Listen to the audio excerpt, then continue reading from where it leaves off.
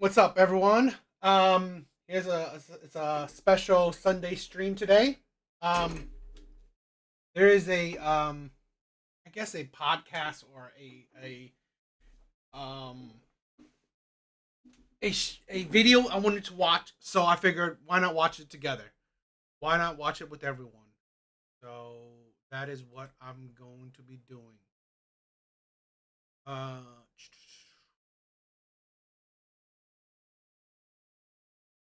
yep, that is what I'm doing.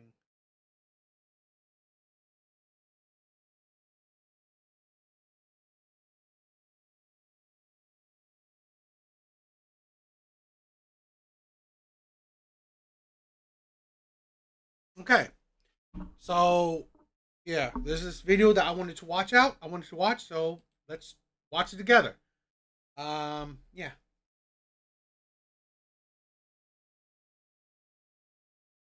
Who have more economic or social status than they do. And Lost Boys. In March 2025, the Centre of Social Justice released this report, which has sent a couple of shockwaves across the UK, especially across the media. And just to give you a little bit of a sort of preface and some context on what this report says, at the start of the report, Andy Cook, who's the CEO of the report, says, "We listen to those working on the front line, the teachers, the youth workers, the charities, and the parents who day in, day out see the struggles of young people. And in recent years, they've been telling us the same thing. Something is going on with our boys." And because of this, they wrote this report called The Lost Boys, which looks at all of the different facets of why young men are struggling. And in this report, they say boys are struggling in education. They're more likely to take their own lives. They're finding it more difficult to find stable work. And far too often, they're caught in crime. The numbers don't lie. Something has shifted, and we cannot ignore it any longer. It's not just about Andrew Tate or online influencers. You know, one of the things that if you guys seen my earlier videos, like my earlier live videos, one of the things that made me want to get to do, videos and create this channel is that I learned a very striking statistic that make up men's self deletion rate has increased dramatically over time. And when I was a young man, I suffered from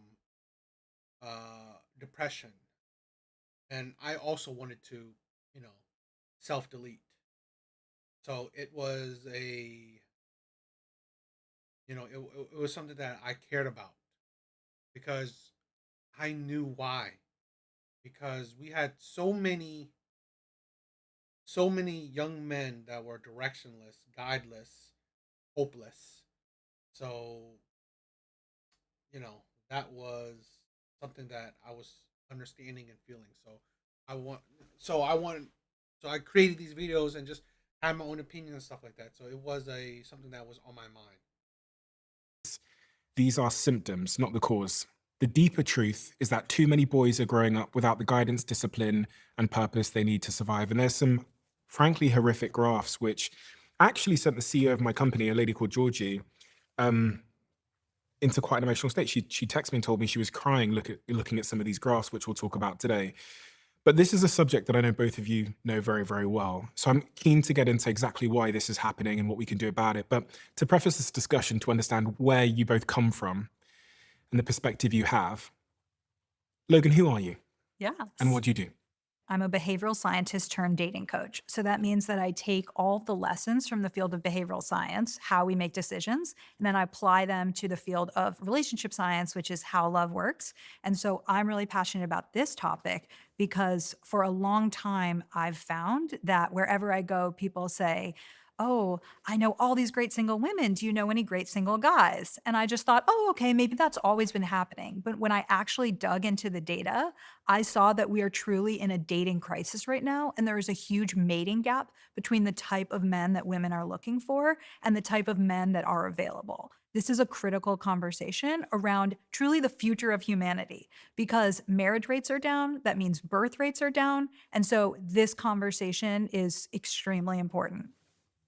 And what sort of reference points do you draw upon? Because you've got some sort of unique access to data, right? Right. So I work at Hinge for the last 5 years. And so I have access to tons of data there around how daters are dating now, how daters are dating differently, what sets successful daters apart. And then I also have conducted my own research for this conversation. So I sent out a survey to thousands of my newsletter subscribers, and people were very excited to talk about this. And I've conducted a lot of new research that I'll be sharing for the first time on this topic.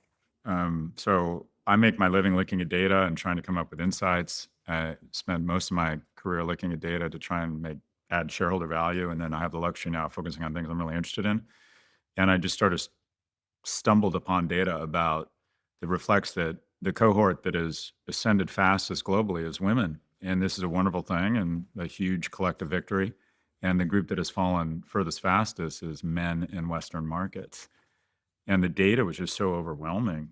And also, I was close to being one of these men. I didn't have a lot of economic or romantic prospects when I was a young man, but there were programs and an environment where I could be successful. And I worry that some of the temptations, the technology, the economic trends, had they been where they are now then, I could have very easily ended up a statistic. So I just sort of relate to these problems. I'm keen to understand from your perspectives what you think like the first domino that falls in a young man's life or a young boy's life that causes the outcomes we're talking about today. Like where is the first place to start? So the research I've looked at, and Richard Reeves from the American Institute of Boys and Men has done good research here, the point of failure, if you reverse engineered issues to, is when a boy loses a male role model. And that is, in the US, we have the second most single family parent homes behind Sweden. And what's interesting is that in single parent homes, girls actually have similar outcomes, similar rates of high school attendance, income, rates of self-harm. Boys, once they lose a male role model, become much more likely to be incarcerated, engage in criminal activity, harm themselves. It ends up that while being physically stronger, boys are emotionally and mentally much weaker. So the loss of a male role model is This is a thing where I have a shitty dad. A shitty dad. So I agree that I suffered a lot when I was a kid. I had no male role model. I had none.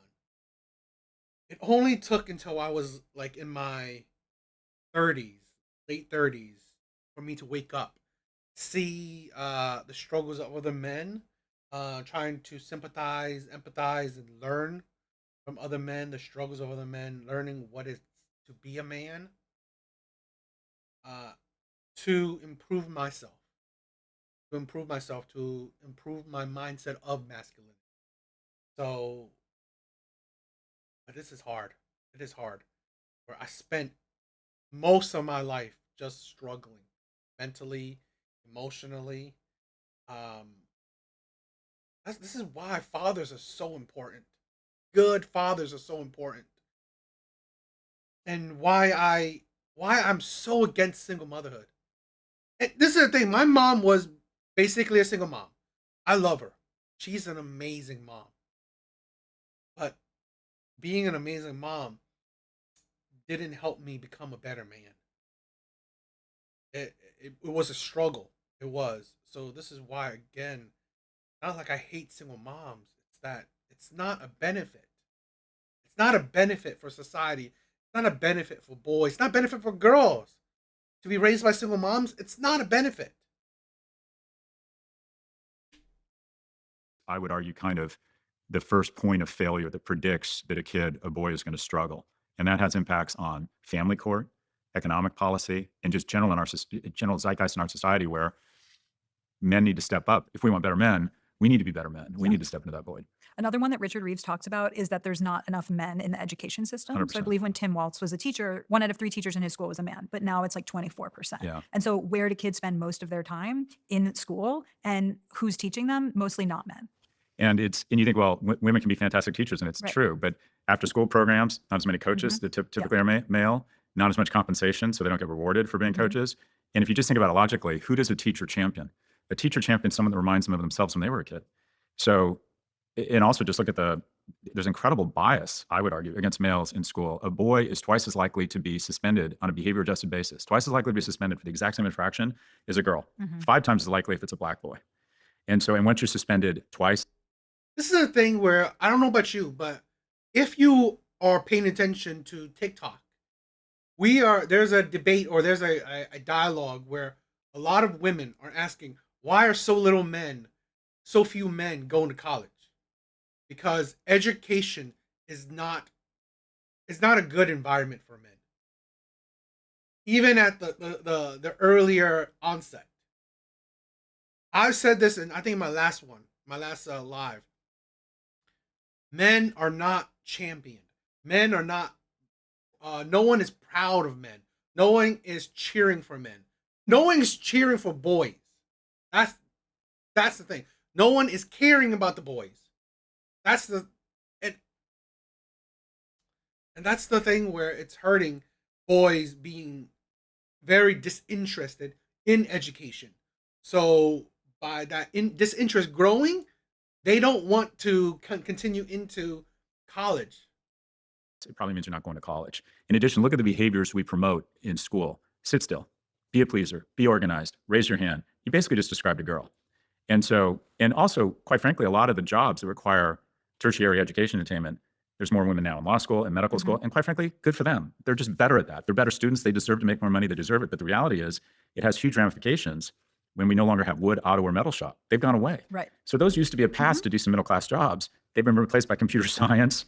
And so what are the paths for the 2/3 of males that aren't going to end up with a traditional liberal arts college degree? Right. And just to add a few more stats to that, so we know that 70% of valedictorians in the US are female, and women are much more likely to be in the top 10% of their class. But then on the SAT, men and women, or young men and women, earn the same scores. So there's definitely something happening in schools that is prioritizing the female experience, or that women are better at that. We definitely want to celebrate the success of women. I think the changes that have happened over the last 50 years are incredible. And I feel like I'm a beneficiary of that. And so is my daughter. If you look at all of the books that my daughter was given when she was born, they're about great women in history. You can be anything. Dream big, little one. And so I feel like we have given women so many tools to achieve. And in many ways, those have been manifested. But now boys are being left behind. And so this isn't a zero-sum game. I was nervous about coming on here because I thought people would say, she's a male apologist. She doesn't see how much women are still struggling. I think everyone is struggling. I think life is hard. Yeah. But what's happening right now is we need to have empathy for young men, and we need to bring them up, because this isn't just a problem about young men. And patriarchy doesn't just hurt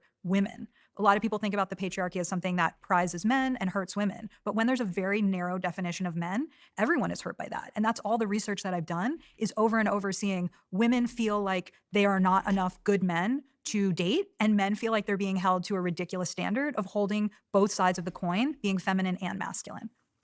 It turns out, as you were speaking, I was looking at the stats around fatherless homes, and it turns out that there has been a significant increase in the amount of young boys being raised without a father present.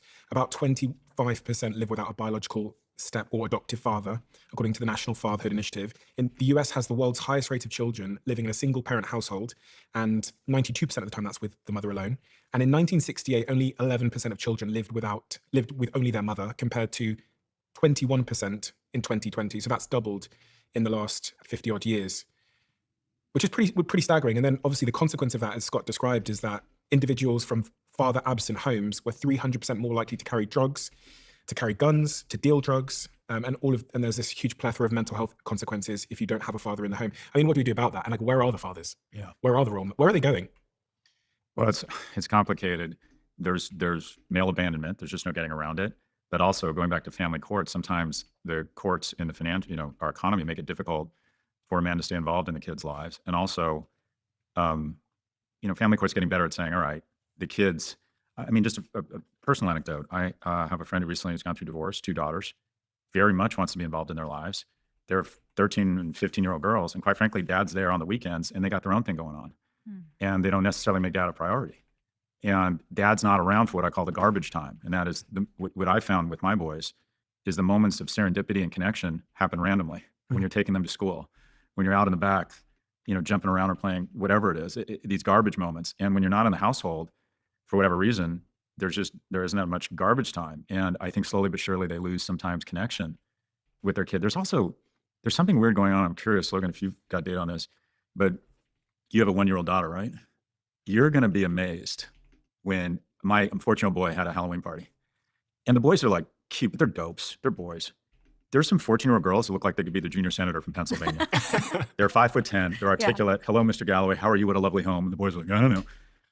And biologically, girls mature faster. Their prefrontal cortex is 18 months ahead of a boy's. An 18-year-old girl or woman is competing against a 16-and-a-half-year-old when she's competing against an 18-year-old. And they're even finding that it's getting worse, that women or girls are starting to menstruate earlier and boys' testicles are descending later. So the gap in maturity, biological gap, they think might even be growing. They don't know if it's pesticides. But when I meet my eighth graders colleagues, there's a huge difference Colleagues. between Yeah. between the boys and the girls. Yeah. And one of Richard's suggestions is that we redshirt boys, that we hold them a year back. The boys start kindergarten at 6, whereas girls start at 5. So the research in the UK shows that 70% of girls are ready to start school at age 5, but many fewer boys are capable of starting at that age in terms of readiness. And so if you were to hold boys back, then they might be on more equal playing field for those critical moments of 4 to 5, of 13 to 14, where the brains really develop at a different stage. I want to talk about that sort of early education experience and how it can be adapted, but also just Yeah. like if the environment of the classroom is right for boys. As we were talking about the point about fathers and listeners as well, I found this graph, which is also pretty shocking. And it goes into something you said, Scott. It basically shows that the absence of a father on a boy Mhm. causes depressive symptoms, but the absence of a father on a young girl doesn't cause the same Yeah. depressive symptoms, Yeah. which means that the absence of a father for a boy drastically increases their chance of being depressed, whereas if for a girl it doesn't.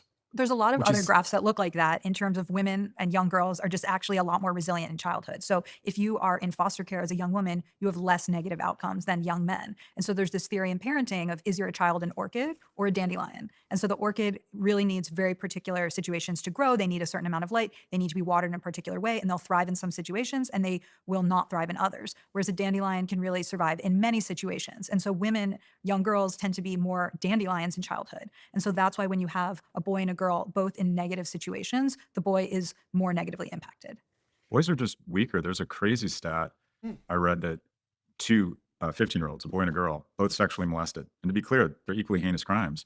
But the boy who's sexually molested is 6 to 10 times more likely to kill himself later in life. It ends up that boys are just less resilient. Do you think there's somehow more of a stigma there? Like, I wonder why that's Shame, so they dramatic. can't talk about Yeah. it, get uncomfortable, Yeah. feel there's a lack. I mean, I think just until a few years ago, the social incentives were to never speak about it. Right. I was on Lewis Howe's podcast, and he just openly said, I was sexually abused as a child. And it was so shocking for me Wow. to hear this big, handsome guy. Yeah. I don't think he would have said it 10 or 20 years I ago. agree. I think people would have assumed that it was his fault. It made him Mhm. less of a man.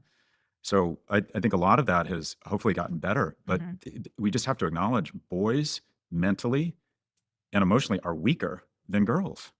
Lewis Howes didn't admit that until a couple of years ago. Is that right? So he's lived with that his whole life. And Wow. it wasn't until he was, I think, having dysfunctional relationships and a few other things had happened that he decided he wanted to say it publicly for the first time, which again feeds into your point. We actually asked some of our audience to write in. And This is the thing. One thing that I love about my channel is that I'm going to speak my truth, speak how I feel, speak what I think. I'm going to let it out. I think one of the things that have been a detriment to men is not being able to express yourself. Not being able to express yourself. And this is one of the things why I promote within my chat to just, you want to talk. This is why I always love to foster a friendship, a friendly environment in my chat, is that we can just talk. We can talk. Say how you feel, say how you think, whatever. This is the thing where I don't even care about trolls. It's all good. You want to say, express whatever thought you have, go for it. I think one of the dangers of holding everything in is that when you hold all that in, there's a point of exploding. And not many people can handle, the exploding of all that emotion, all that pumped up feelings. one of the people that wrote in was a teacher in a primary/preschool. And she said to me, she was an anonymous teacher in Germany. And she says, every year it seems like more and more children, always boys, have this new energy to destroy the classroom dynamics. These boys almost always have two things in common: a lack of boundaries at home and unsupervised, unlimited access to all kinds of content on the internet, e.g. porn. Their perception of what is okay and what is right becomes completely distorted. I've tried so many things, and every year it's becoming an even bigger challenge. Young boys in school. So one proposal is to delay education for boys, put them in education later. Is the classroom itself a problem? Like the sitting in school, listening to someone speak at you. Someone proposed to me on this podcast before that boys need more sort of practical play. and the classroom isn't designed for that. I wasn't sure if that was. Well, in single sex boys school, they end up with double the amount of recess time. And that is they have I equate boys to dogs. A happy dog is a tired dog, and if it's not tired, if it doesn't get to run, it's going to cause trouble. And I feel the same way about boys.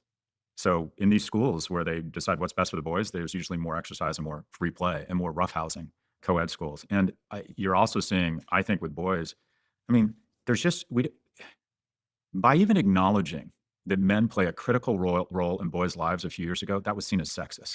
What you mean? What you're saying? Moms can't do this?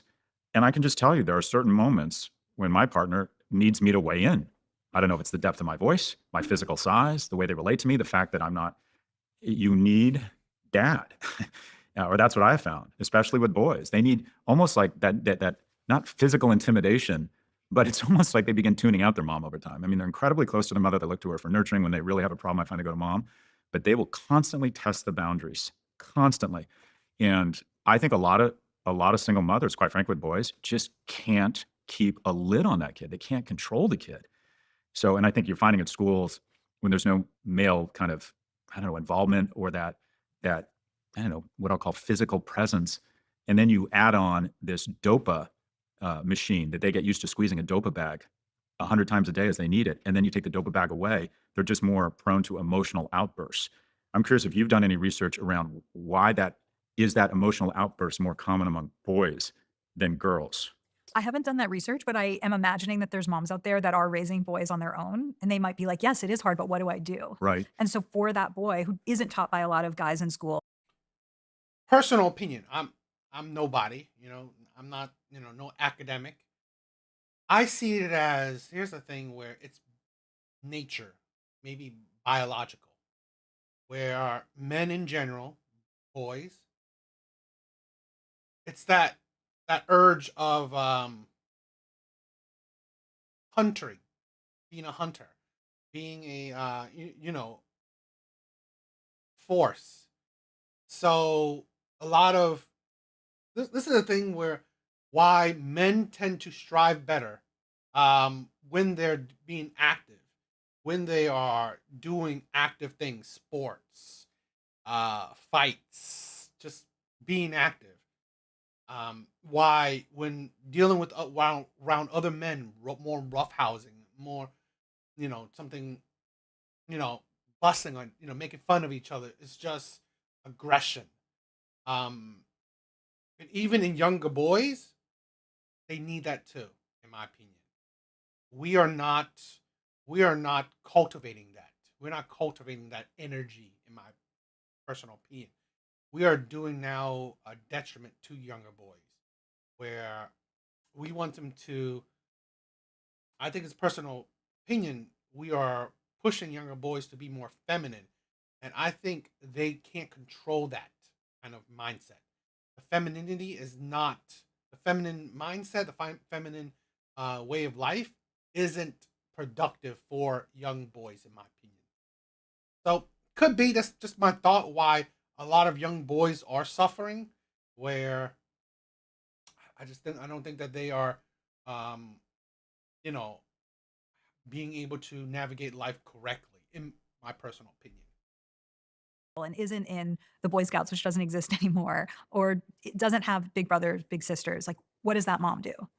So with that, you talk about Boy Scouts. In America, there's Scouts for America, and Right. it can be boys and girls. Right. But Girl Scouts have their own single Yeah. sex, but Boy Scouts aren't allowed to have their own Right. single sex.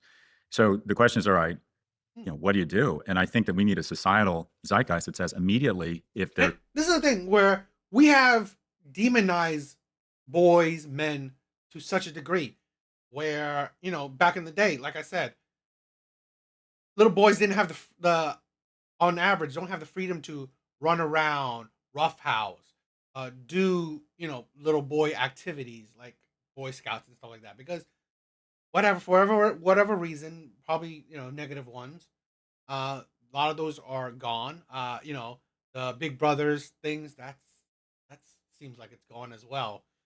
There's not enough after school activities, so there's no longer a male involved, we have to get other men involved Mhm. and acknowledge that that's not being sexist, that's important that you get men involved. And I think so I came from a single parent household, raised by a single immigrant mother who lived and died as secretary, light of my life. as soon as my dad was gone and then he had to move away for work, she got other men involved in my life. And I had wonderful men involved in my life. I had a stockbroker. Neighbor down the hall came in with his girlfriend and said, "Do you want to go horseback riding?" He's taking me horseback riding. I don't know if men would be comfortable doing that in today's age. So getting men involved in their lives, after school programs, Boy Scouts. I had a lot of wonderful men. I used to go camping, and there were men everywhere involved in my life. And I worry that a lot of those institutions, Yeah. and also there's a reticence and a hesitance for men to get involved in a boy's life that isn't theirs, for fear they're going to be perceived as something's wrong with them. I was thinking that. So if we have less men in the home raising the children, and then we go to school, and the stat says that 72% of teachers in middle school are women as well. There's no men at school either. It's no wonder that boys are struggling so severely at such a young, early age for so many reasons, because one would assume that they're being socialized in the same way as girls.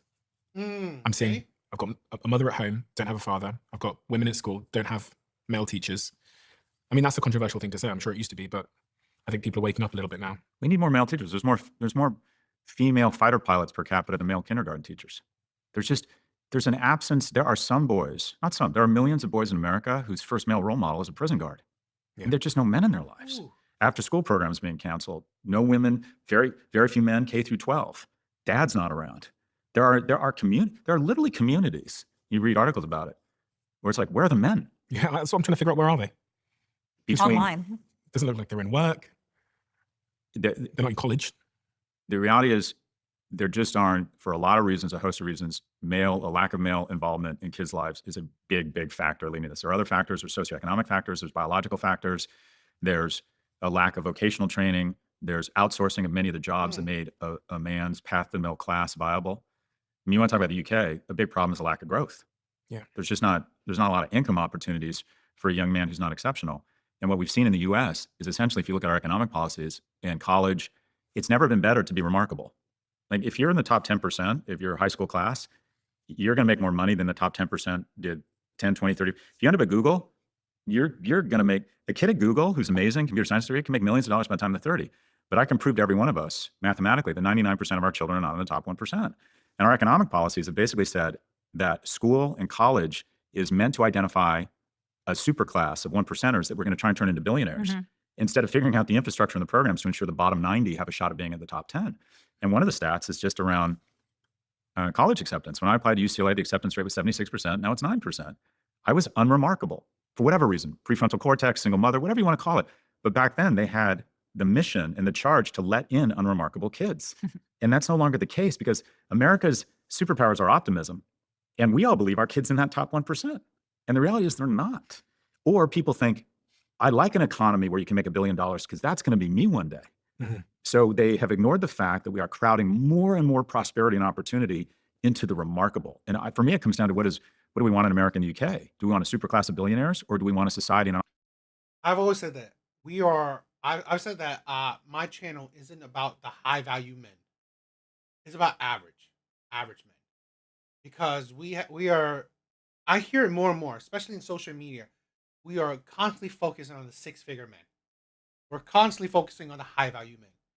We are ignoring average men. I'm sorry. Majority of people in this world will forever be average. It is the way of life.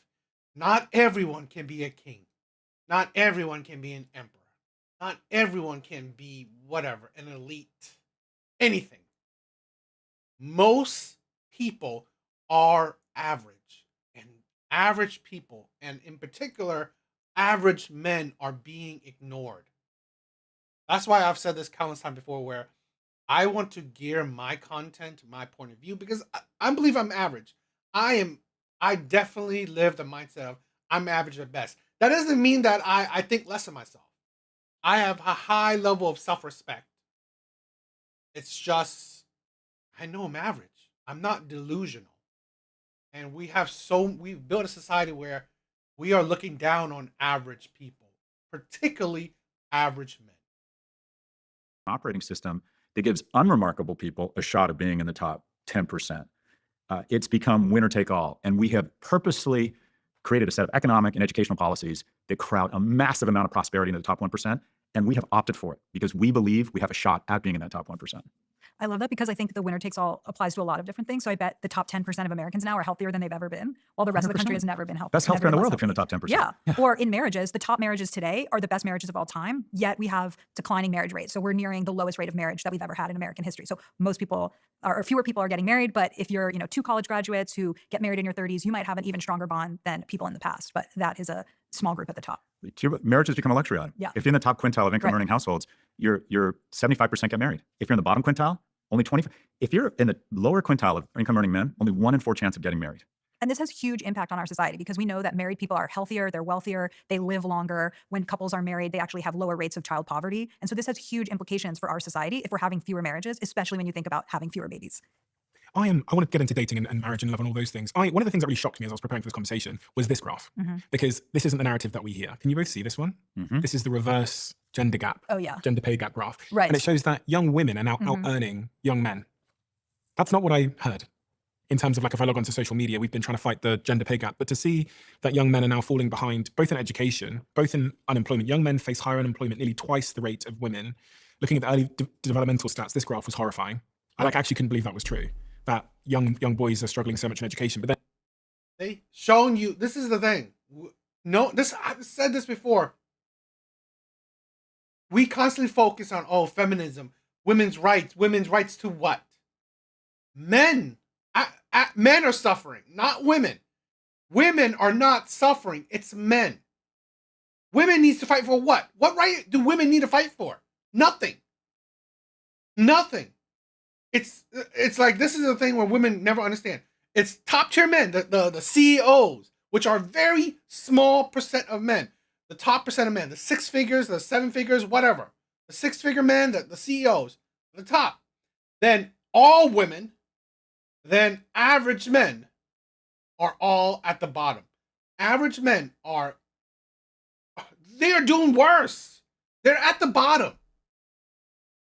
and to see also that it's reflected in So that graph shows that boys age 16 to 24 are making 10% less in full-time employment than women. And so it is true that we're seeing a reverse income graph. But what we do need to talk about is even when women make more in their 20s, that changes around age 30. And they have kids. When they have kids, Yeah. right? It's like this meteorite hits Yeah. and there's this huge burden placed on women. And I think that's a big part of the conversation that we'll talk about when we talk about dating is women still feel like they have to have, do all the household chores and raise the kids, but suddenly they have to earn a full-time income too. 100%. And so many of the gender roles are changing. And so, yes, that graph is true. We have seen since 2020 that there's a shift, but I don't want to just say, women are making more in perpetuity, because as soon as there's kids involved, they pay the price. Do you know you said that women feel the need to then also earn a career and all those things? Where did that come from? Well, there's this idea of hypergamy. So traditionally, women seek partners who have more economic or social status than they do. And for most of human history, this worked because men had the resources. And so there was sort of this arrangement where women could often marry someone who was more educated or earned more. But over the last 50 years, that's really changed. And so what I'm seeing in my work, working one-on-one with women, is that when they say that there aren't enough good guys to go around, that's actually true. So we now have this huge That is not true. This is a thing where that is not true. What is more true is that there are not enough attractive good guys to go around. Personal opinion, and she's not showing any stats to that. She's not showing any study to that. Good guy? No, there are plenty of good men. Problem is, they're not plenty of attractive good men. And attractive can be good looks, can be, financial. Those are things that women are attracted to. Good does not mean that, you have to be 6-figure man. No. So those are different. So being a good man, there are plenty of that. There are plenty of good men. There's just, in women's eyes, there are just not enough attractive good men. dating gap where we have these high-performing, high-earning women that have done the work and gone to therapy and work out, and they're ready for their great partner, but they're not able to find enough guys who are available. And if this is a problem now with the Again, there are enough available men. There are enough. There are more than enough. Just not enough attractive available men. That's the thing. Women I work with in their 30s, we are going to be facing a much more severe crisis 10, 15 years from now. So currently, In the UK, women made up 57% of higher education students, while in the US, men represented 44% of young college students in 2020, down from 47% in 2011. 60% of college enrollment is women, but soon it's going to be for every 2 women that graduate, it'll be 1 man. So that means half of those women will not have a guy who graduated from college. And so this is a crisis because these women are saying, okay, if you cannot be the provider, then you need to be offering more. Emotional intelligence is the new currency in dating. But these guys were raised not to be emotionally intelligent, not to give emotional support, but to be a provider. And so they've been chasing this lion. I'm going to hunt for this lion of being a provider. But suddenly they're told you need to hunt for a tiger, which is emotional intelligence. They don't have the skills to do that. And so women have raised the bar in terms of what they need from men, while men are continuously falling behind. Yeah, there's a lot there. There's some nuance around the pay thing. So the data I've seen is that women under the age of 30 in urban areas are now making more money. But to your point, the moment they have kids, where corporate America has really failed is it hasn't figured out a way to maintain a woman's professional trajectory once she decides to deploy her ovaries and have kids. And there's some data saying, okay, 2/3 of divorce can be reverse engineered to the man starting to make less money. When the woman in the relationship starts making more money, they become twice as likely to get divorced, 3 times as likely to use ED drugs because the guy loses a sense of purpose and self-esteem. What gets lost in that data is the reality is if a woman is stepping up and stepping into the economic void and being more economically, being a greater economic contributor, Yo, Apocalypse, what's up, my man? then logically it would make sense that men need to step up logistically. And I think what a lot of women are saying is like, okay, I'm not getting anything. You're no longer a provider. And by the way, you haven't filled that void. You haven't made up the delta. So there's some nuance around it. What also I think is important to say is that if women are better students and showing the discipline and the skills to go to college in an information economy and making more money, then okay, good on them. Just as for whatever reason, men made more money. Maybe it wasn't fair, but it's not a crime against humanity if women have the skills to make more money. What happens though is the second order effects that you're talking about, and that is, we don't like to talk about this, 75% of women say that economic viability is hugely important in a mate. Only 25% of men. For men, it's not a criteria. For women, it is. And Chris Williamson of the Modern Wisdom podcast, he has this great stat, or he calls it the high heels effect. And that is 50% of women say they won't date a man shorter than them. I'm curious what you think, but I think it's more like 80%. I think it's an embarrassing thing to say because just instinctively, women feel like they'll be vulnerable during gestation and they want someone they think physically could protect them. I just think it's hardwired into them even if they don't know it. Women metaphorically are getting taller every year, and women made horizontally and up and men horizontally and down. Right. And when the pool of horizontal and up keeps shrinking, they just have, so this notion, a ton of great women, where are the men? Or there's no men. There's a lot of men, just not men they'd want to date. Right. And then Exactly. you speedball it with the guys who are in the top 10% can engage in Porsche polygamy. They can get a date every goddamn night, which does not encourage long-term or very good behavior. So the guys they all want are not incented to enter. Exactly. This is the thing where we don't talk in reality. Why do average men want to be in marriages? Because honestly, that is reality. Average men, it is hard to get a date. Hard to get a date. So average men, yes, they want to be married so they don't have to be in the rat race that is dating. But guess what? The men that women generally want nowadays, he don't give a shit about marriage. Because to him, I had a friend who honestly, he's a player. He told me that every week he had a date. Every week he had a date. That's why honestly, he's not really necessarily the settled down type of guy. He is in a relationship now, but like every time he talks to me, he's like, I wish I was single. I wish I was single. Because for him, being in a relationship is meaningless. What is he getting out of a relationship that he couldn't get when he was single? I mean, girls wanted him. He had fun. Same thing. He had no problems. And women can't understand. Logically, why would the athlete, the entertainer, the CEO settle down for only you? Why? There is nothing you could give him that other women can't. Oh, emotional support. Every woman can give him emotional support. And a man doesn't need emotional support 24/7. He doesn't. Oh, what can you give him? Loyalty. He can get that from any woman. And he honestly, why would he care about loyalty? Why does he care about loyalty when honestly, he's sleeping with a bunch of women every night, every week? He don't care about loyalty. You know, there's honestly nothing any woman can give top tier men that he's not getting from every woman. So it's just how the world works. You want top tier men? Guess what? You will have to share him. You will have to share them. This is the thing where, Fresh and Fit, all these other podcasts, they talk about high value men. There's truth in what they say. There's truth in what they say because they talked about those type of men. I mean, yes, if you could find a faithful man, you're lucky, but that is that's a rare thing. Yes, I mean, like, again, I know plenty of men like that. Into long-term relationships, and the bottom half of men are literally shut out of the mating market. And we always kind of, and this goes to your bailiwick, kind of portray men as the predators and the idiots, and they just got their act together. There's something strange going on in that is online dating. When a woman can go out with a guy, a high status male, and I'll put forward this thesis and I want you to respond to it. She can have sex with him, which gives her the impression that's her weight class for a relationship, but he's not interested in a relationship. And then she basically decides the bottom 90 are no longer in her weight class. And you can't tell a woman to lower her expectations, but the reality is, and what the data I've seen on dating apps is that all of the women want the same few guys and they shut out the rest.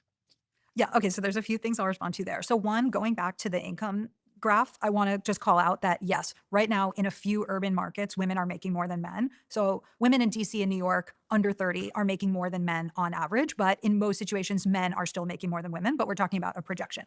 Going back to the dating research. So yes, it's exactly as you described. What we have right now is there's fewer and fewer men that are hypergamous mates for women. So if there's a much smaller pool of guys, then what you have is you have a bunch of women competing for the same men, and then a bunch of guys get ignored. But what I also see is that those top guys are having a hard time deciding. So I feel like in my coaching practice as a dating coach, I'm working with a lot of women who say, what do I do? I've changed my profile the way you said I should. I took your class, but I still feel like there's just not enough great guys. And then I work with these CEO men who are having such a hard time choosing. And so I think This is a thing where women can't realize.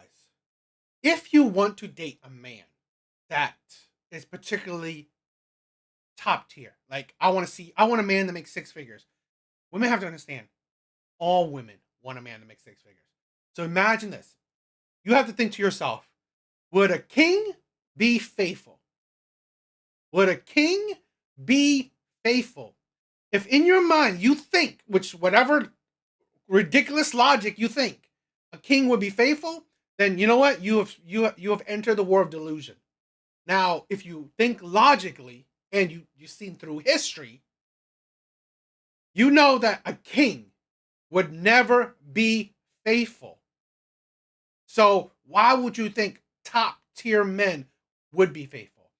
That's why, queens or concubines, all these types of women that go for kings, they know that I'm getting with this man for whatever particular reason. You should know that, you know what? This man will love me, will cherish me, will spoil me, but he won't be faithful to me. You will have to share him. we really have this exacerbated problem where so many women are competing for the same men, and then a bunch of guys are getting ignored. And then what ends up happening is, where do those guys go? And they go online. That's what you They go see. to porn. They go to porn or they go to Reddit. I mean, I love Reddit, but they're really going to some of these red-pilled communities. And so what Yeah. you're seeing now is just men really opting out of society. So when you go back to that stat, 1 in 7 young men in the UK is NEET, not in employment, education, or training. They have just opted out. And as Scott says, there's nothing scarier than a single man, a young single man. And so we are just creating a lot of these angry young single men who are saying, well, this is rigged against me. And so that's why I am worried about the rise of people like Andrew This is a thing where, I guess let's start. Tate. And if we wonder, where are the dads, where are the men? Well, men are finding these father figures, but they're finding them online, and they're not the father figures that I would choose for the majority of men. And so I'm really worried about this because I feel Here's the thing where why I particularly will say what I say. Because here's the thing where I honestly believe that a lot of younger men need to understand. One of my closet homies, Doug Superman, wear suits, switch up once he hit the club, but he was ghetto as fuck when he really. That's interesting. But this is the thing where this is why I've said this, that I wish a lot of young men, like in these communities, like the incel stuff, or a lot of these men that are angry about women. What I really want to let these young men understand is that you need to improve yourself for you.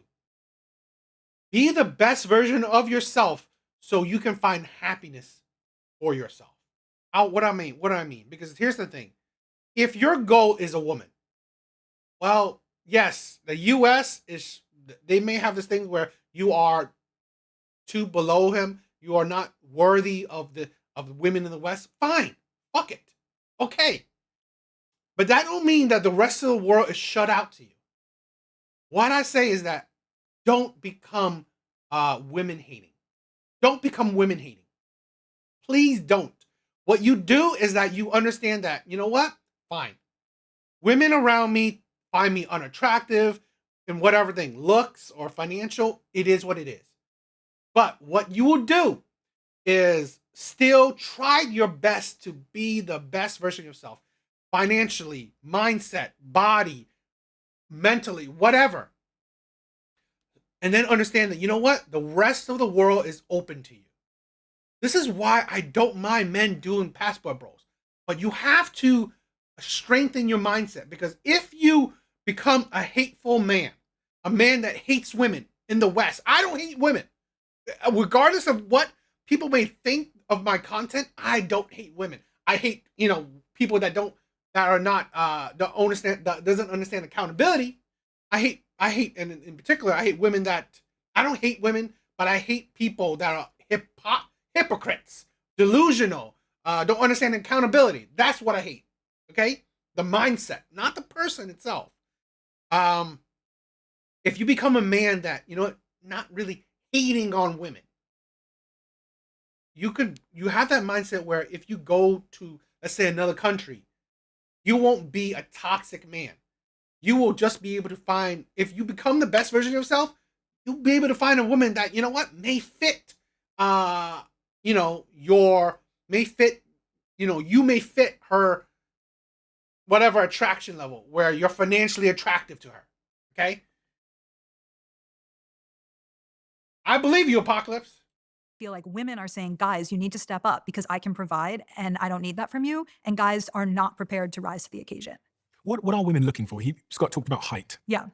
So I would say, I work at Hinge, but I do think that apps have perpetuated this issue around height, because if you can set your height filter to something, then you might set it higher. And then it's as if you have the dating app as a club and you're literally having bouncers that prevent a bunch of guys from even getting into the club. So many women in the US set their height filters at 6 feet, but only 14% of men in the US are 6 feet or taller. So what happens to the other 86% of men? And women are saying, where's my guy? It's like, well, he's not even showing up on your app. And so a huge thing that I push women to do is to change their height filters and just say, there is nothing that proves that you're going to have a successful long-term relationship if the guy is higher. I'm married to a short king. I love it. I feel like I really found this gem. And I think that so many women are missing out on great potential partners because of things like height. Scott's point as well about they will date one of the men in the top 10%. Yeah. Sleep with him potentially, and then that kind of adjusts their standards, and they expect all other men to meet that standard, but there isn't enough men to meet that standard, is there? I haven't specifically heard that. I mean, there is a lot of evidence around assortive mating, that people sort of have an internal sense of how attractive they are and that they end up with someone similar to that. But assortive mating is different than hypergamy, which is really this idea, as Scott said, that women tend to date horizontally and up and men date horizontally and down. So if you have 2/3 of women who are college grads and 1/3 of college grads who are men, and some of them are going to date women without college degrees, you truly do have this dating crisis where there's just not enough men to meet this hypergamous mating. Again, you can't tell women to lower their expectations, but this is the reality. When you ask a man if you could have a woman who had 80% of everything you wanted, 75% say, yeah, I'm on board. Mm-hmm. When you say to a woman, a man has 80% of what you want, 75% say that's not enough. But if you, but even look at the media. Right. What does the media tell a woman to do? He's out, but he didn't open your door. He's not nice to his parent. You walk right out on that man. Like it's literally every. Guess what? Okay. Just recently, I asked a woman, why is she single? I mean, perfectly good answer. I mean, perfectly logical question. It's not like, oh, I'm bashing her. I'm just like, oh, what? How's? No, I said, how is your single journey? I mean, how is your dating life? Then she said, oh, I didn't think that I have to explain why am I single. Block me, ghost me. Said that and then blocked me. Seriously? It's like you can't even get to know people. You can't even ask questions. This is the thing where, again, this is women's like, they will look for any opportunity to disqualify you because you're not good enough. Barely know the person, boom, you're gone. It's like, seriously? You want men to not act? It's like a little while back, there are TikTok videos of women asking, oh, why aren't men asking more questions from women? Guess what? Why? Why aren't men asking questions to women? Because you don't know what is a good question for women. Because you can't read her mind. You don't know what you say will trigger her. So what's the best thing a lot of men would do? Just talk about himself. Just talk about himself. That's the thing. You don't know how many times a woman have ghosted me, like stop talking to me, block me, whatever, when I'm asking her questions. Asking her questions about herself. Or just talking to her. This is why a lot of men just like, I'm just gonna talk about myself. And then let her decide, let her ask me questions, or let her start kind of conversations. Because honestly, that is the insanity of women. Miss Sandra. Piece of media is you don't need him. You're a strong, independent woman. Pull the ripcord. You're out. And it is the basic kind of communication around this is you are a strong, independent, powerful woman. That is wonderful. And quite frankly, you don't need the imperfect man. And they're just not connecting. I read that on Tinder, a man of average attractiveness has to swipe right 200 times to get one coffee. And then 4 of those 5 coffees will ghost him. They will decide they don't want to meet him or they won't show up. That means a guy of average attraction. That is 100% how it goes with men. Average men. Average attractive men. This is the thing why a lot of men are just doing the numbers game. Just swipe. Don't matter if she's ugly. Don't matter if she's fat. Don't matter whatever. Just keep on swiping. Just keep on swiping. Because that's the life of average men. Attractiveness has to swipe right 1,000 times to get one coffee. Now, what does that tell that guy? Women don't value me. Women make me feel rejected. And then they go online and they see these misogynists telling them it's not your fault. And these men become much more prone to misogynistic content, much more prone to nationalistic content, blaming other people for the lack of economic opportunity. They start sequestering from society. I worry that we are literally evolving a new species of asexual, asocial male. And if a man by the age of 30 hasn't either lived with someone or married someone, there's a 1 in 3 chance he's gonna have a substance abuse problem. Wow. In addition, it goes so much deeper than that because if they don't develop the skills, the reason romantic comedies are 2 hours, not 15 minutes, is this shit is hard. Like finding an attractive, intelligent woman, generally speaking, 75% of people who've been married longer than 30 years say, in the beginning, one was much more interested than the other. And it was almost always the man. Women are much choosier. The basis of evolution is seed trying to get everywhere, men, and women deploying a much finer filter to select the strongest, smartest, and fastest speed. So men need an environment to demonstrate excellence. And you hear these women talk about it. He was kind. He was good at work. I liked the way he smelled. He was funny. Where do men demonstrate excellence? When they're not going to college, they're not going into an office because of remote work. Where do they're not going to church, they're not going to temple. Where does a woman have the opportunity to fall in love other than these baseline metrics? And you were talking about women say, you've seen these TikToks, over $100,000, that's not unreasonable, and over 6 feet, that's 2.2% of the male population. So where do they fall in love? Where can a man demonstrate excellence? It used to be go to temple, 7 single women, 7 single men, and they kind of pair it off and worked it out. And online dating, similar to online e-commerce, online rentals, it's created a winner take most, if not all, environment. And it's basically been amazing for attractive guys attractive, wealthy guys, tall, wealthy guys. It's been amazing for them. For all the other guys, it's been a disaster, and it's been made it mildly shittier for every woman. The digitization of mating, I believe, has been a disaster. It's been bad for women. It's been disastrous for men. I want to talk about how the genders seem to be separating in a lot of important ways. We know from research around political affiliation that women are now, on average, 30% more liberal than men. So they are definitely experiencing political polarization. Then, for the first time in history, more men are attending church than women. And when I started this research, I really came at it from this point of, is it just me or are there not as many eligible guys? But when I dug into this, I found that both genders really feel misunderstood. And so I asked men and women who has more power in relationships. So equal amount.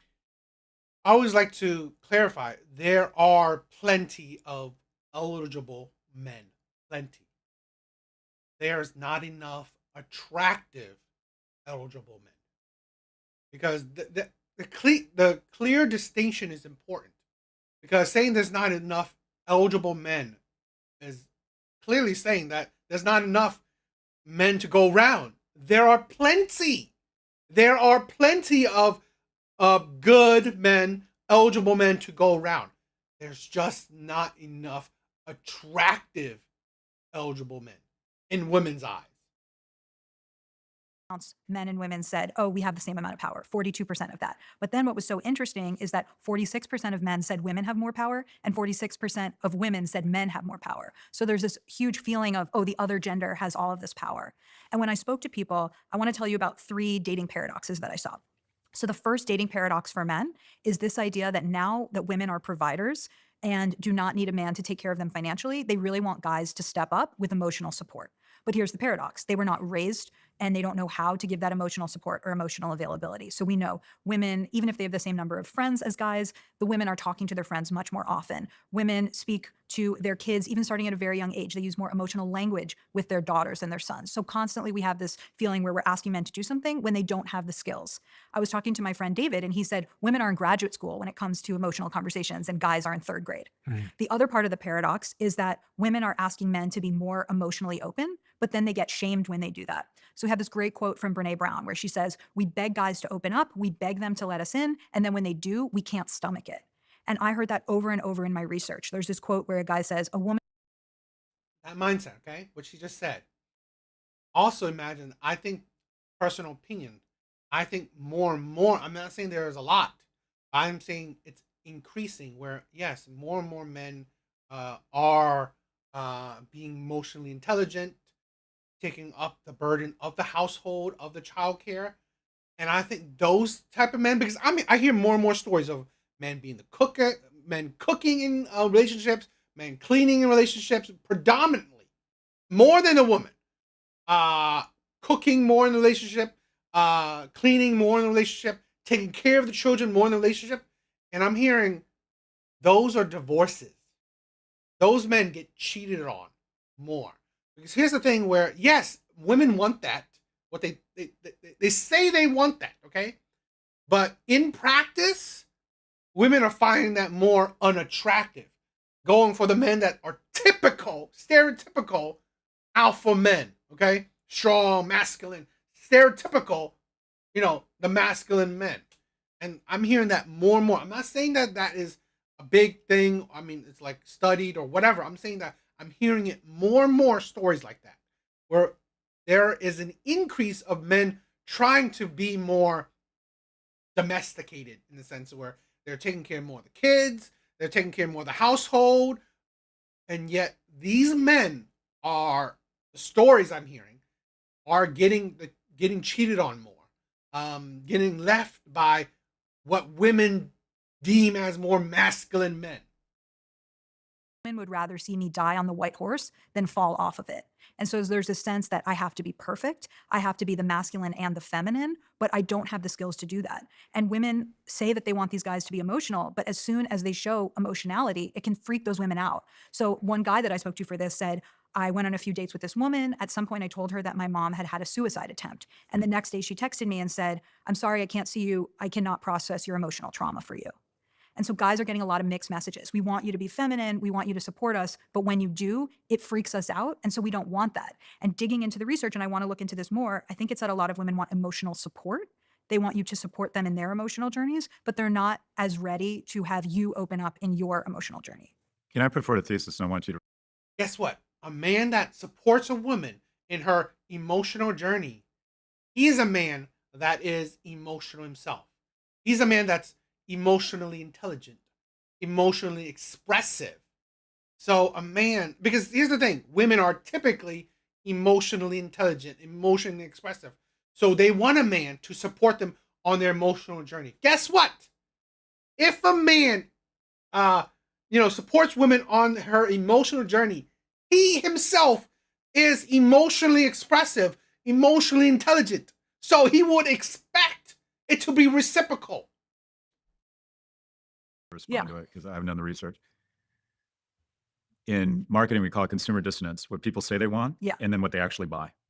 And what women say they want is an emotionally in touch man, and what they want is a masculine man.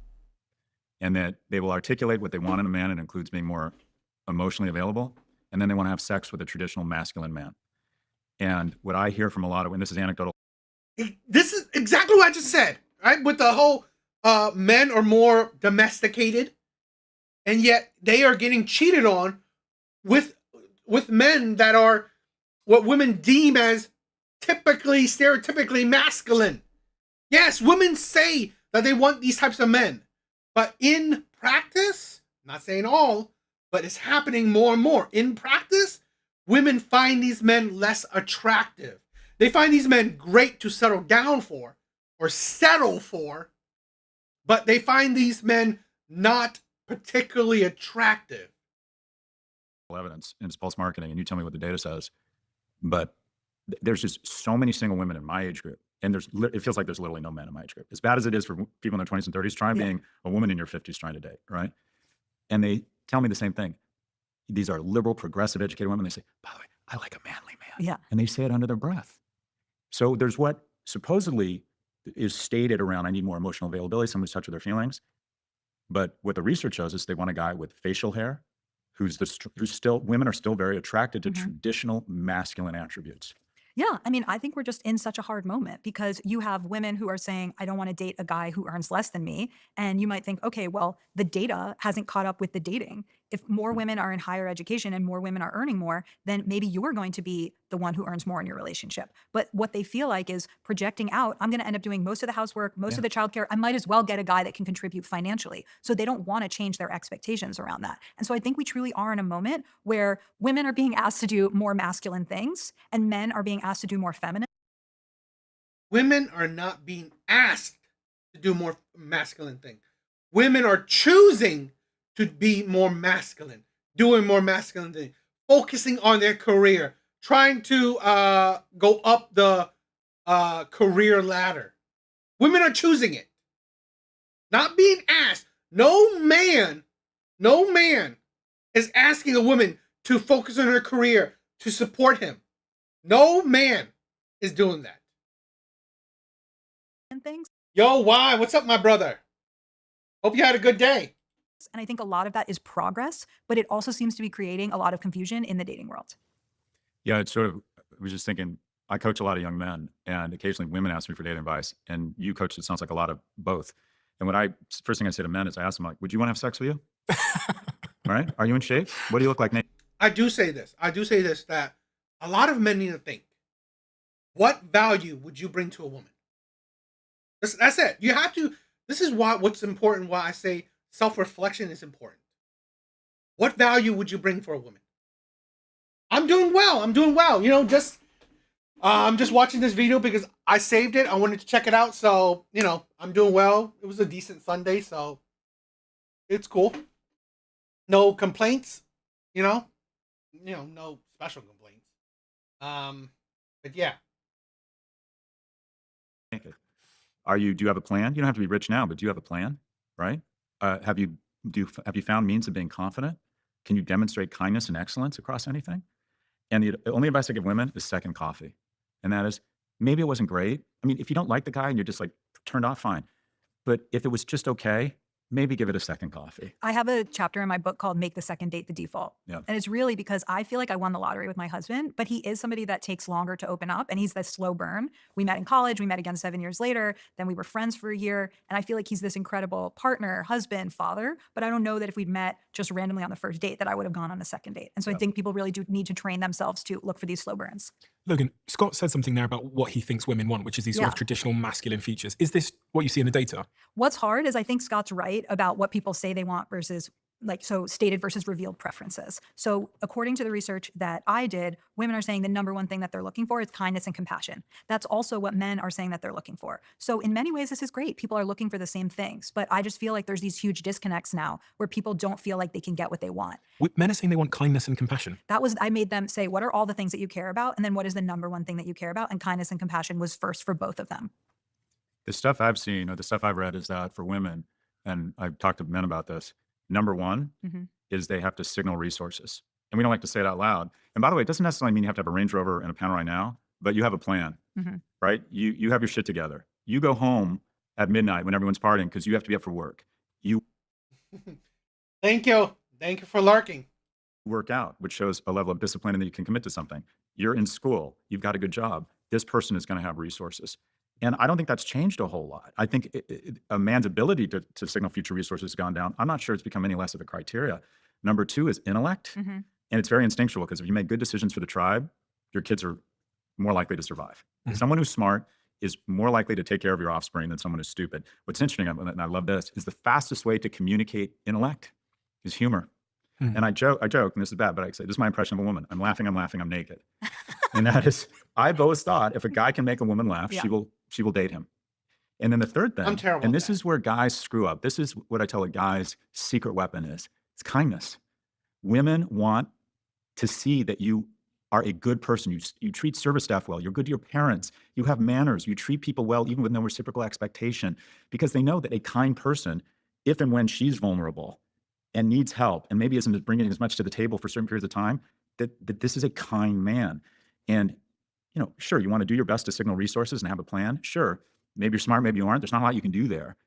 But the secret weapon, I think, for men that they don't leverage, and I do think it's a practice, is to demonstrate kindness. And we don't talk about that enough as men. It's like, well, okay, and it's little things. Have good manners. Mhm. Be thoughtful. Follow up with people. And I think that, anyways, those are the three things that I have read women want in men. Okay, there's so much there. So one is I do think we need a new definition for modern masculinity or mature masculinity or The kindness thing is like, that's not easily demonstrated when, for most men, you don't even get to the first date. You'll be lucky if you get to the second date. So demonstrating kindness is an overtime kind of thing, in my personal opinion. I mean, tipping, like saying thank you, saying it's like, it's not the easiest thing to demonstrate necessarily. I mean, it's more personal interaction, and a lot of women wouldn't. They don't even. You don't even get past the talking stage for a lot of men. So a lot of men don't even get past the talking stage. So, yeah. evolved masculinity. And I think that that's why this moment feels so painful is that we don't have it. Because I agree with you. I don't think women are saying, I want a feminine man. I think they want a modern masculine man. And so that means somebody who is decisive and can provide, but also somebody who's able to communicate with them emotionally. And so one of the suggestions that I came here today to talk about is this idea of men's groups. So about a year ago, my friend David Clavins, who happens to be a world-class magician, came to my husband and said, I'm going to form this men's group. And so it's about 6 or 7 men and they meet together Yo, Skull, what's up, my brother? monthly, and they have served they have formed this council of peers. So every month that they get together, every guy sits down with post-it notes and says the 2 issues that are most pressing for him. So first of all, I think that that's a great way of doing it because it's actually that time to say, what am I struggling with? I think many people in their lives, maybe especially men, don't sit there and say, what's top of mind for me? So guys get the quiet time to do that. Then they go around in a circle, and whoever has the most pressing issue, they get to take their time. And some men might say, these are top of mind for me, but it's not a priority. I'll give the time to someone else. And each month, they talk about what's going on for them. they hold each other accountable. So month 3, they might say, hey, David, you've been talking about that for the last 3 months. Are you going to actually do Good. anything I'm about it? glad. And I love that these men have a masculine space to actually go through what's going on for them, because maybe they have wives and girlfriends they can go to. Maybe they don't. But I think it's a different type of advice that you get from a council of trusted peers. And I really do think that men's groups could change a lot of these issues, because I can sit here and say everybody should be in therapy. Guess what? Therapy is really expensive, and many insurance companies will not provide it, or there's a huge waiting list. And so if we just sit around for all these guys to go to therapy, that's not going to happen. But men's groups are a way that men can lead each other. They can provide this tribe of peers. And I have just seen so many changes in this group. So David told me his story where he had a lot of anger about his mom's debilitating illness, and he wasn't really experiencing it, and it was coming out as anger at his mom, but he wasn't conscious of that. But by getting the anger out in a safe place with men, the only place where he felt like he could truly be angry, he was able to get over it and to act. You know what? I may want to do this. I may want to start this. Um, I think I want to start this. Uh, where I think I want to start this, a men's group, where I may do this where we set something up online where we're just talking, where a whole bunch of men are just talking about their issues, their thoughts, how they're feeling, whatever. A bunch of followers, whatever. Where we should set up. I want to set up a men's group. I want to set up a men's group where, yeah. Tell me what you guys think. Would you guys want to do this? Where, let's say, once a week or once a month, I will have a live where it's just, we are all just a bunch of the people in the chat, if they want to. We are just talking. We're just talking about how we're feeling, what are our thoughts, what's going on in our life. Like a men's group where we can express our emotions, express our thoughts, and say, just how we personally feel. Because I think not enough men are just talking about their day, talking about their thoughts, talking about how they're currently feeling. That was the fishing trip. Okay.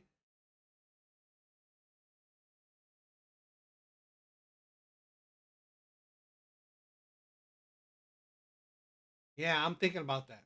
I'm thinking about that. I may make a post on the channel, seeing if maybe a vote, seeing if people will like that idea. So I'm thinking about that. Actually treat his mom with a lot more empathy. Or my husband has gone to the group and talked about ego stuff at work, or how hard the transition to becoming a parent has been. And I feel like the men in this group have grown so much over the 12 months that it's been happening that I just paid for my brother-in-law to be in a men's group. And I want there to be tons of men's groups, because I really feel like this isn't an issue that a therapist or a mom or I can really solve. I think men need to be solving this problem within themselves.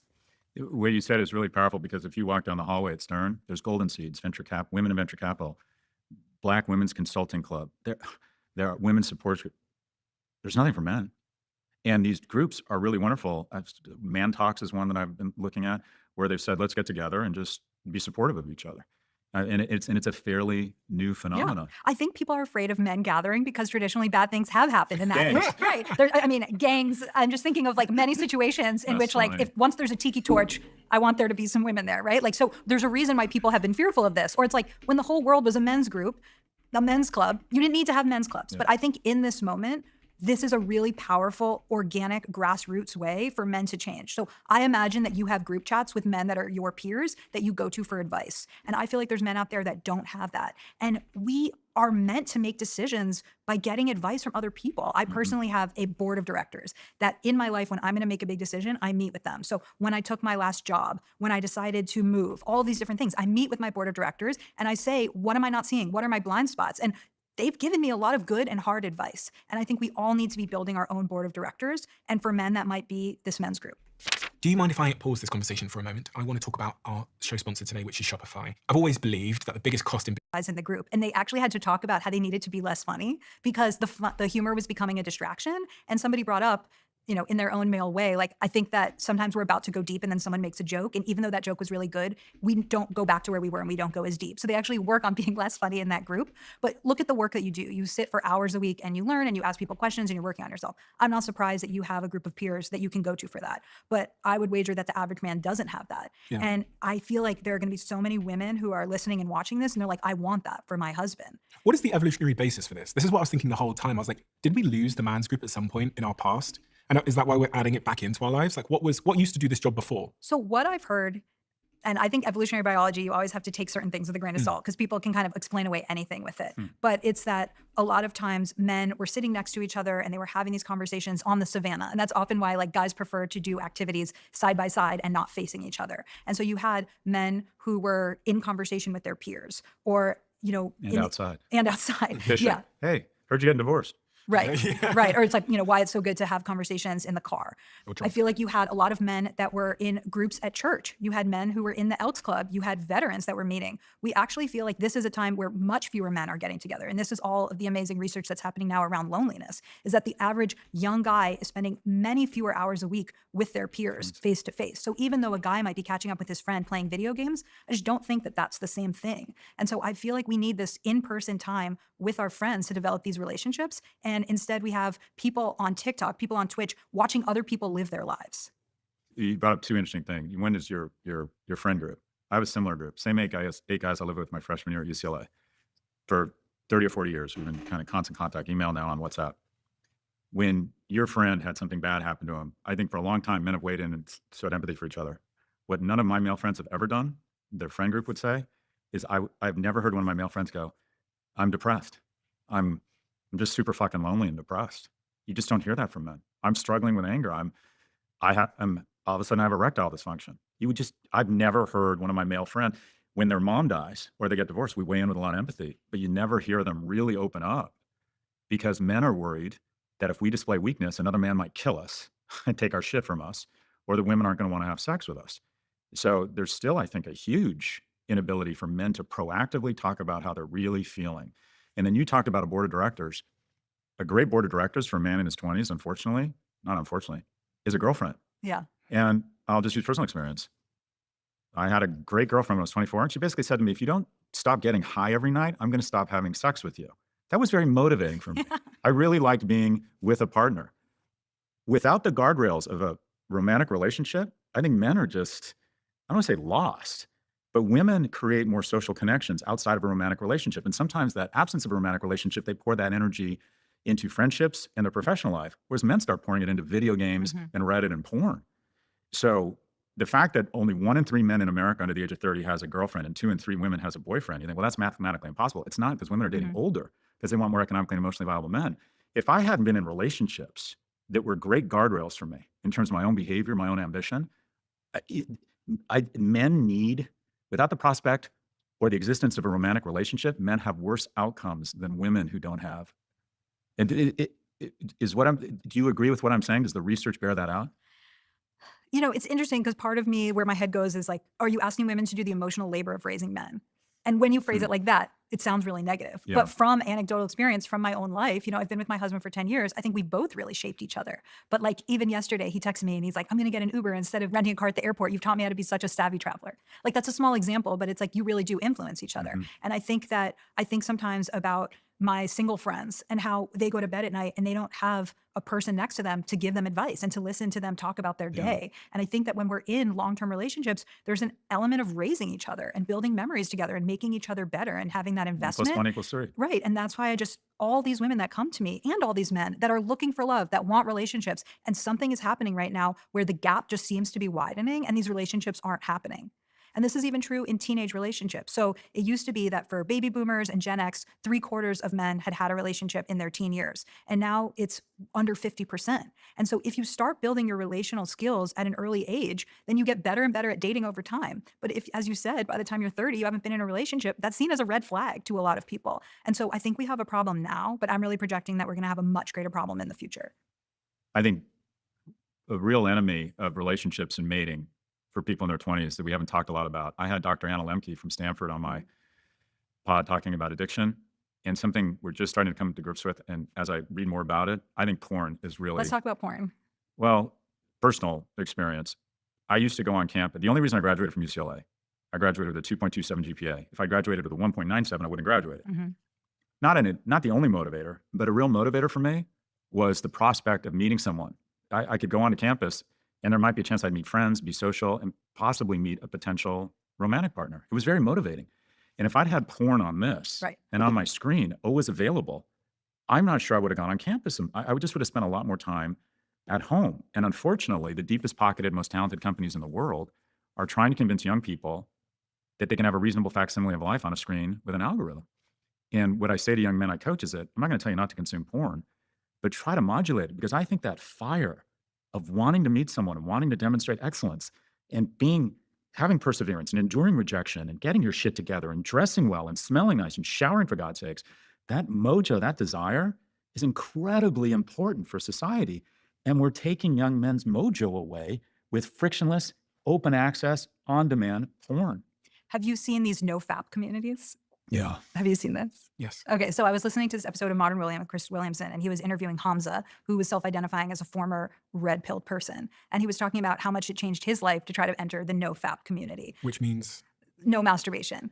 And so I do think that porn is a huge problem. My first job out of college was running the porn pod for Google. So what this meant was that we would sell ads for the porn advertisers. This team does not exist anymore. This was a long time ago. My parents were like, I sent you to Harvard and now you're selling ads for pornography. But when I look back, I'm like, what was I perpetuating? Because I feel like there's just so many problems with what technology is doing in terms of replacing human connection. So let's just project out. ChatGPT is already amazing. I'm currently in my Google feed getting ads for Replica, and the ads say, get your perfect AI boyfriend, always there for you. Yeah. So you think about the fact that real life relationships are messy.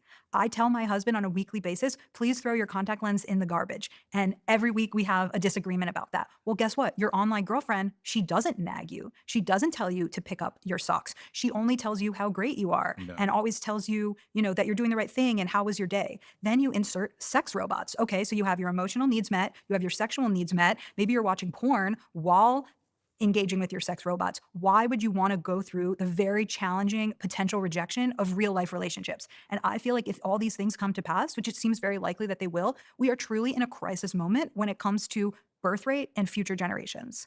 And it impacts them.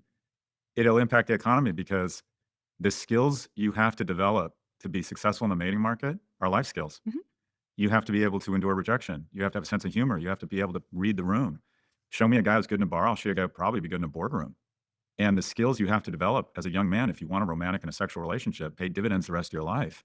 And if you don't develop those skills, I think it impacts your life across a bunch of dimensions. This is something I'm worried about for Gen Z in general. So I did a ton of research with post-pandemic Gen Z daters, men and women in the UK and the United States. And such a big theme that came out of it was that they don't have rejection resilience. And I Yeah. think that we hear this in many aspects of life. So someone that I'm close to, he's the former dean of Brown, he's a professor there. And he was talking about how it used to be that his office hours were empty and that's when he could do his reading or play solitaire. But now students come basically saying, tell me exactly what's going to be on the test. Tell me exactly what to write in my paper, because they are not willing to fail. I have friends who are managers at Google and they give somebody feedback in a Google Doc and the person is crying because they take that as extreme rejection. And so if you don't have the resilience built up 100%. to fail, then you are not going to take risks. And everything in life worth having is worth taking a risk for. And so I feel that I have my dream job. Nobody messaged me on LinkedIn and said, hey, Logan, do you want to study dating and relationships? No, I invented this job and now I get to have it. And same thing is true with relationships. It's not about waiting for the perfect person to show up. It's about becoming a great person who somebody else chooses and going after what you want. I want to talk about all of this and specifically offer some solutions to the young, to the parents, to the boys, to the teens, to the men that are listening. We had a young man actually write in on this subject. And he said, I've suffered with crippling loneliness. And so I've spent over $1,000 hiring women online just to talk to me and to keep me company. On top of that, I've spent several $1,000s more engaging in other business with them. After doing this for nearly a year now, I still feel incredibly unfulfilled. And on the subject of porn, 30% of internet traffic is now related to porn, with about 80% of that porn traffic coming from men and 20% coming from women. I actually had a conversation on this podcast before about porn. And funnily enough, the top comment was, by the way, us women get porn addicted too, because it was a bit of a blind spot to me, but I think that's something that's worth acknowledging. And the stats are staggering in terms of how higher porn consumption correlates to higher probabilities of depression. What do you do about it? Like on an individual level, I get it. Try not to watch porn, but I mean, that doesn't seem like incredibly great advice because if you're lonely, you're not getting laid, no one wants to date you for all the reasons we talked about today. Restraint seems to be a pretty shitty your son is struggling with this addiction, or with this, I guess that is something that I understand that probably a lot of men are struggling with, especially young men. This is a thing where I've said this. A lot of men are guideless and directionless. This is why I say to focus on trying to better yourself. The thousand of dollars you spend on women on OF to get to know you, to have sex with you. Instead of that, you could invest it, save it, put it in a high yield savings account. Buy things that would make you happy. Buy clothes that will make you look better. Do a hair, do I don't know, make a better haircut. Just do things to improve yourself instead of faking affection. Because at the end of the day, a lot of men need to understand that we are living in a world where less and less women need men. So we need to come your sack. Oh, you're crazy. A lot of men need to understand that we need to have a bit of a different focus, where we need to strive for the best for ourselves, not because we want a woman, which, at the end of the day, if you strive to be the best version of yourself, there is a high likelihood where you can be a good, partner to a woman if you're at the best of yourself. If you are at the best version of yourself. So that's one of the things why I say a lot of men need to focus on themselves. I'll Solution. give this one to Scott.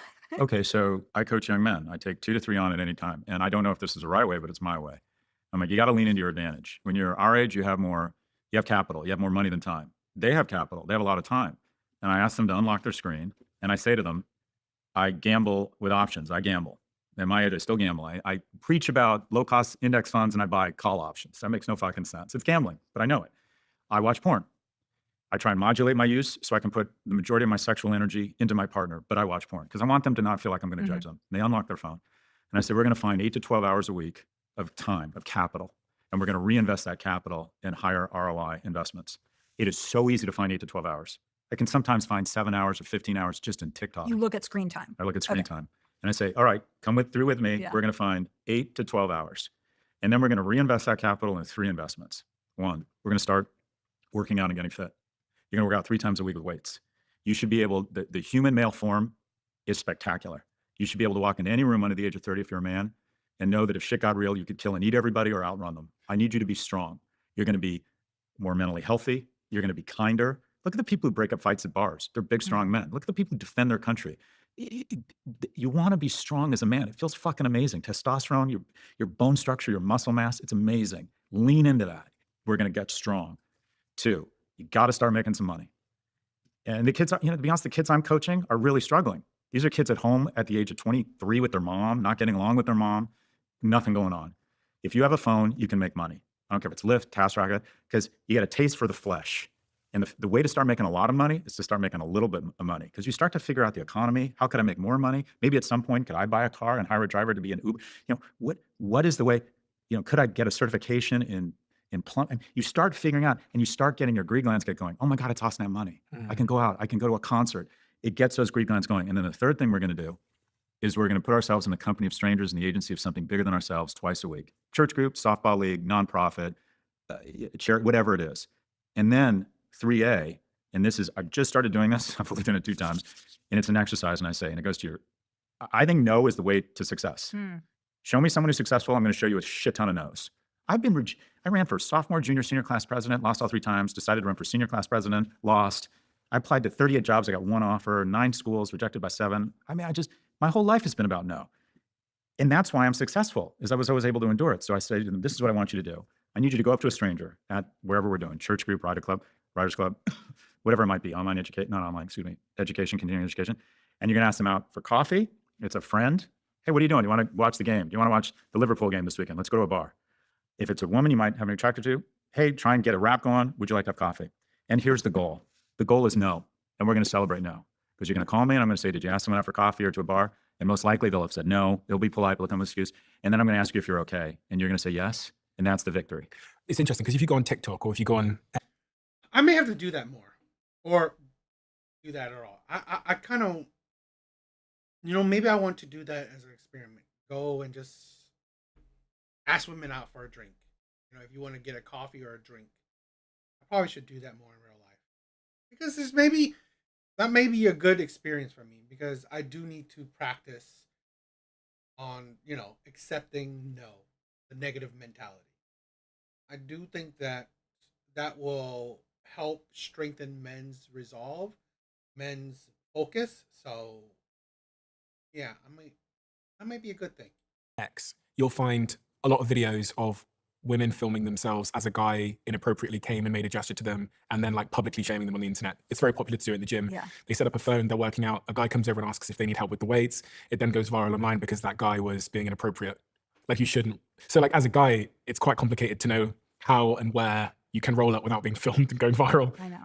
So we talked about the first dating paradox, which is just the idea that women now need more from men and are raising the bar because they can be providers on their own, but men weren't taught how to do that, and there's sometimes shame for it. So I think the second big dating paradox is that men are expected to lead and to approach, but I truly feel like in a post-Me Too era, it's much more confusing. And so many people say to me, I don't want to meet on an app that's not romantic. I want to meet in real life. But I'm not finding that people are meeting in real life because people are afraid to approach each other. I think one is being afraid of being called creepy, but the other one, which is what you're talking about, is that this culture of making TikToks or going online with this datertainment to talk about how this person approached you or how inappropriate that was. And so I feel like there's a lot of women waiting for men to approach them, but then shaming the men who do. I think one of the solutions there is we should allow people to shoot their shot in a non-creepy way. Can I just say something to Yeah. that? If the guy rolls up and he's 6'4" and he's, gorgeous, Yeah, why? I mean, have a good dinner. Hope you have a good rest of your night, my brother. it's fine, it seems. The difference between creepy and romantic is the perceived attractiveness of the person making the overture. I think that is true. If you are super hot, it's less likely to be perceived as creepy. But you have all these people that are saying, Yeah, I think this is a very meaningful and in-depth conversation. So I like to watch it. Okay. Yes, this is not like me dissecting women and stuff, but I like to watch more in-depth, profound conversation. Later, my brother. So if you guys like it, awesome. If you guys don't, it's cool. I figured I wanted to see this video, and might as well make it a content. So if you guys like it, awesome. But I think this is something that it helps expand the mindset. Knowledge is key. It helps develop better thinking. It's not always about hating women or bashing women. It's not that. So I think this is a good video. It's entertaining to me. It's entertaining for me. I want to be approached, and they're not being approached. And so there was this rise of run clubs last summer, right? Everyone said the new dating app is a run club. I ask everywhere I go, have you met someone at a run club? No, people are not really meeting there. So since 2017, the number one way that people are meeting is online. Right. Hinge is setting up a date every 2 seconds. This is where the dating is happening. If people want more things to happen offline, they actually have to approach each other. And I'm just not seeing that happen. But my understanding is the majority of women still expect the man to take the initiative. Absolutely. And this is one of the most frightening stats I've seen. According to Pew, more than 50% of men between the ages of 18 and 24 have never asked a woman out in person. And I just find that so just upsetting and rattling, because that means they're either not asking people out or they're asking them out online, where quite frankly, they can't demonstrate any sense of excellence. And I think the beautiful thing about human sexuality is sometimes you don't even know why you're attracted to someone. You like the way they smell, you find out they're funny. Mhm. And that happens in person. But we need more third spaces, more places people can meet. And also, I actually think it would be helpful to have in the senior year of high school a class called adulting, where amongst other things, you teach them about the interest rate on a credit card. Little things. Yeah. My kid can do integers and he doesn't understand the interest rate on his credit card. And also, quite frankly, I think young men need guidance around how to express romantic interest while making the other person feel safe. And also, that if you express romantic interest and ask someone out for coffee and they say no, you're both going to be fine. You haven't committed a crime against humanity. As long as you're respectful and you don't. Yes, exactly. I think listening to these things, it's part of improving your mindset, improving your way of thinking. So I think videos like this it's very informative and entertaining. So I like it. Make the person feel uncomfortable. But men aren't even asking women out. Everything you're saying is what I'm seeing. So I was talking to this incredible 16-year-old girl who built this AI chatbot called Ask Elle, and she's taken all of the relationship science research that she's seen, and she's trained this chatbot, and she's trying to help teens get safe and empowered dating advice. And I asked her, what is the number one question that you're getting? And it's how to ask someone out. And so I think people are really struggling. It's not that teens in all of human history had the secret, it's that they were willing to do it and fail. And now we're just not seeing that. And so I think that we have glossed over the pandemic. It was this really traumatic time, really scary stuff happened, and we don't want to talk about it. But people that came of age during the pandemic, their social skills are worse. They missed out on critical moments of becoming a human. And we are seeing that in the workplace. All of these things about Gen Z, Gen Alpha, that came from something. It came from parenting. It came from digital addiction. It came from the pandemic and online learning. And I think that if you do not have the social skills to approach someone and ask them out, there just will be literally fewer couples. I want to throw a Molotov cocktail into this and something that's controversial I've gotten pushback on. I think one of the enemies of mating is that there's too little drinking. If you look at millennials, they spend $30 billion on Yeah. alcohol. Gen Z, it's crashed to $2 billion. Peter Attia and Andrew Huberman have declared war on drinking. I think young people need to drink more, go out and make a series of bad decisions that might pay off. I don't see drunkenness, I see togetherness. And I don't know how it was for you in your relationship. When I think of the majority of great friendships I have and the romantic opportunities I've had, not always, but often alcohol played a role. And I worry that with a lack of going out, being out of the house, and also a lack of drinking, that we've taken away a social lubricant that breaks down some of the walls and some of the initial awkwardness and entry into a potential romantic relationship. I think some of the increase in being sober curious comes from interest in being healthy. So we Yep. hear from Gen Z, I don't want to have anxiety the next day. They are much less And it's likely. expensive. Yeah, they are much less likely to millennials to feel like there's a two-drink minimum for dates. But in general, we're seeing less risk-taking behavior from Gen Z. They are getting their licenses far later, if at all. They are losing their virginity much later, if at all. And so I feel like there's this rise of, or there's this decrease in risk-taking behavior, which in some ways is great. You know, fewer kids dying in car crashes and people being Less teen responsible. pregnancy. But I just feel like people are missing out on the experience to make mistakes as a young person. And I think when I think back to my college experience, if there had been cameras that have high quality video on them at all times, I would have lived a very different college experience. I am so grateful that Instagram was not there when I was in college. And so if you live in a surveillance culture where at any moment somebody is snapping the room and they could see what you're doing, you're going to take fewer risks. And I just feel like there's this entire culture of people being very safe. And part of dating, part of mating is making mistakes, taking risks, and failing. So what do we do about it, Logan? Scott gave a really good Yeah. sort of advice for the young man or the young person who's trying to increase their mating value, their dating value.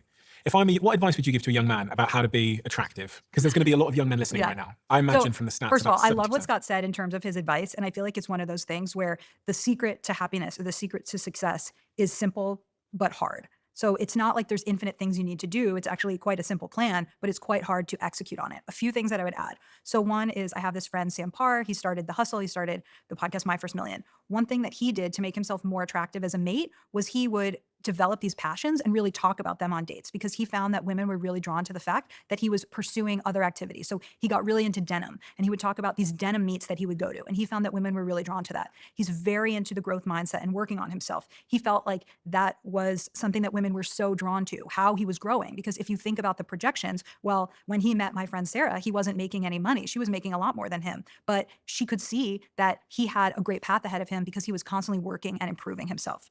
The other thing I would tell men is, through my research, I found that men think, I need to be perfect. I need to be 6 feet tall. Look, women are not expecting you to fly them to the moon. They want effort. Remember the name of their best friend. Text them when they had a hard meeting and say, how did it go? Plan a thoughtful date. And so I think that you have men over here saying, if I'm not 6 feet tall, I don't have a chance. So why participate anyway? And then you have women saying, in some ways, I just want you to be an effortful, nice person, and I'm not even getting that. And so I think that for men, they can actually get much farther than they think and be better than 90% of men by doing some of these bare minimum things that other men aren't doing. So I have this question that I ask in my book, which is when you're deciding if you should break up with someone. If your partner were a piece of clothing in your closet, what would they be? Is it my clothes or her Yeah. clothes? My Your clothes. clothes. Oh, okay. And it really has to be gut reaction. So Scott, if you thought of one, I want to hear it. I thought of like a black silk shirt. And that's probably because that's where we spend quality time together, is when I'm wearing a black silk shirt. Special occasions, date night, restaurant, make an effort. Do you feel good in it? Yeah, of course, I feel my best in it. Yeah. And do you have one for your wife? Brunello Cucinelli cashmere V-neck sweater makes me look fantastic, makes me better, and is beautiful.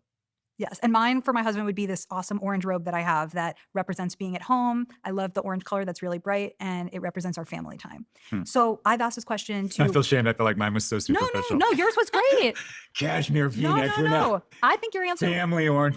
I feel so shamed. Dating. So I work with a lot of very successful women, and that's also because I'm expensive to work with, and that's who my clients are. But I have a newsletter where I hear from 85,000 people. And so what I'm hearing is that a lot of women are saying men are intimidated by the amount of money that I make. They say that they're not going to be, but the more successful I become, the more threatened they are. I'm just talking to tons of women, personal friends. I feel like I could be true, but I don't believe that in particularly, not in mass. I think men are not intimidated. Men are treated less than. Men are made to feel intimidated. Where if a man made more than you would treat him with more respect or love or whatever, comparative to a man that makes less than you. You wouldn't listen to what he says that often or respect what he says like that because I honestly believe money is power. I believe money is power. my house on one side of me and then two sides over are women who are having babies, they call it like single mother by choice, where they literally were just like, I can't find a man and I want to become a mom, so I'm going to do it by myself. Yeah. And so I feel like there are just all these great women who are saying, Logan, I'm following your advice, I'm putting myself out there, I do all these things, but they're just not finding partners. Do you find that the more successful a woman becomes, the more difficult it becomes for her to find a man that will not feel emasculated by her success? I don't think that there's an exact correlation because it really depends who the guy is. There are guys out there who are like, let's be a power couple. But I feel like there are women who just feel like there is not enough good guys for them. And I'm curious what you think about this, but I live in the Bay Area. I'm seeing so much polyamory. And I think polyamory is interesting. I'm pro polyamory. I like the fact that people are thinking about relationship structures in a new way. 50% of marriages end in divorce. Obviously, our one size fits all approach to marriage isn't working. But I'm also wondering, well, let me tell you the story. I went to this dating event, and the dating event had 5 single women who were great, and their friends were hyping them up. And then there was 2 guys, and they were both polyamorous. And so I wonder if you're a guy who feels like there's not that many good guys, why should I have to choose? I feel like Exactly. that's a trend that I'm worried about. Portia polygamy. If it's never been better to be a very attractive male, but you have so much opportunity, it does not incent good behavior or long-term I'm seeing that more and more, where if you are a top tier man, he not complaining about his life. relationships. And I work with these guys, and you might think that they're the happiest people in the world. They are having sex, they are getting a lot of attention, but they're suffering from decision paralysis. And these are some of the guys that hit 40, 42, and they haven't gotten married, they don't have kids, and they sort of are like, why would I ever settle down if I don't have to, or I'm going to wait as long as possible? But they don't understand the opportunity cost, which is building a life with someone, having kids.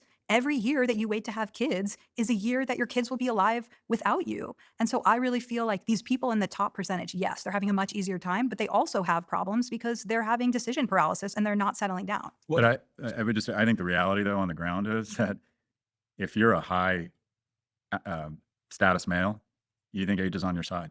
And it is. And because the reality is the math is just unfair to women. It is. Because if you're a 30-year-old male making really good money and it, relative, like just not unattractive, at 40, you're going to be even sexier. Your sexual currency goes up. I do think that there's a point where it starts to go down. And I've seen that with my coaching clients. And part of that is just how the dating apps work. That if you are an attractive woman and you set your age maximum at 40, I do see that those men see diminishing returns after that age. Well, especially if they haven't ever been in a long-term relationship. Right. Then I that think is that's seen probably as a red clear flag. red flag. If you're looking to take the next step in your tech career, you'll want to hear about our... What role does feminism and the rise of feminism play in all of this? Because I've had people on my podcast. Yeah. I think actually our last episode we published was a lady who's a child psychologist. She's been that way for 3 decades. And she came on and said that the feminist movement has let men and women down in some ways. There's been great upsides, but there's also been a cost. And one of the things she was really big on, which I thought would be extremely controversial, it turns out it wasn't in the comment section, is that she believes women should be there for the first 2 years of a child's life. And I was like, I questioned her on that. I was like, and then I looked at the stats and I looked at the research, and she basically makes the case that because the mother is producing certain hormones, so I searched and it was true, we fact checked that episode. And then beyond there, the man, the father, brings out another set of hormones in the young child, which are about play and adventure and all these kinds of things. So she makes the case that we've kind of lied to women and we've told them that they can have it all. They can have an incredible career. They can also be incredible mothers. And she says that in her office, she often sees mothers coming in saying that they're 39 years old, they're struggling, they're trying to do IVF, they feel like they were lied to, throwing all of that out there. I'm going to quote Scott to Scott, which is, you can have it all, just not at the same time. Yeah, I don't, we can talk about what is the best hormone balance and brings out the best in kids. And then there's the real world. And my partner was working at Goldman Sachs with 2 babies and getting up at 5 a.m. and it was hell for her. And at the same time, I was struggling with trying to get economic traction because my whole identity as a man, I'm not proud of this, has been defined by money. So is mine.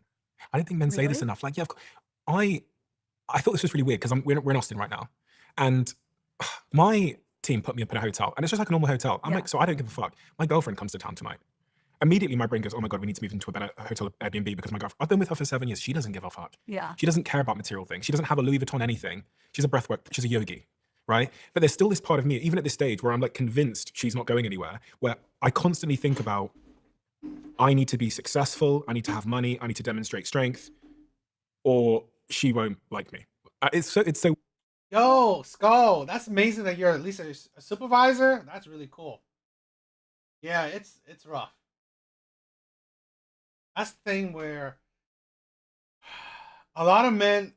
This is the thing where I also like to point out that a lot of people don't understand when men have to be successful or establish a good life.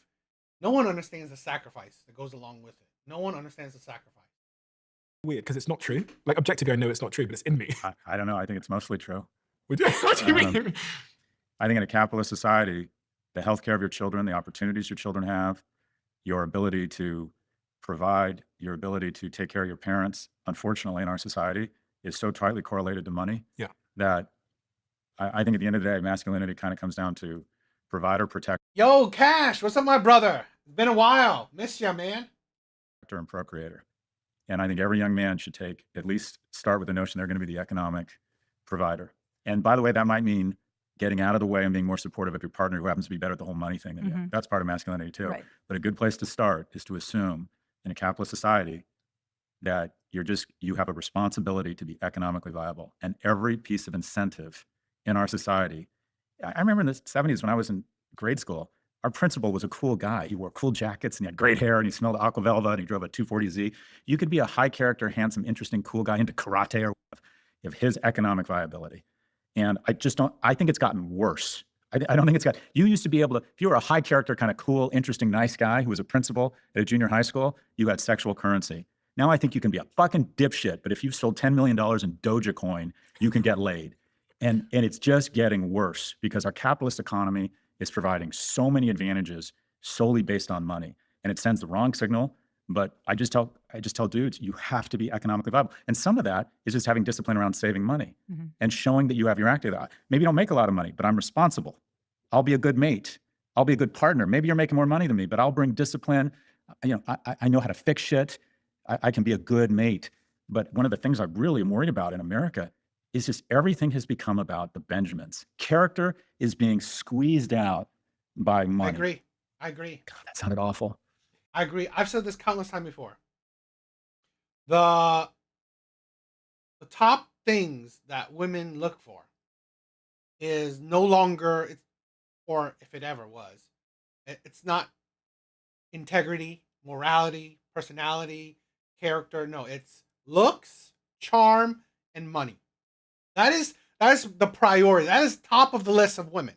Now, yes, she may want a man that's morally sound, has integrity, whatever, but that is after he has at least two of the three. Looks, charm, money. If he has he gets his foot through the door.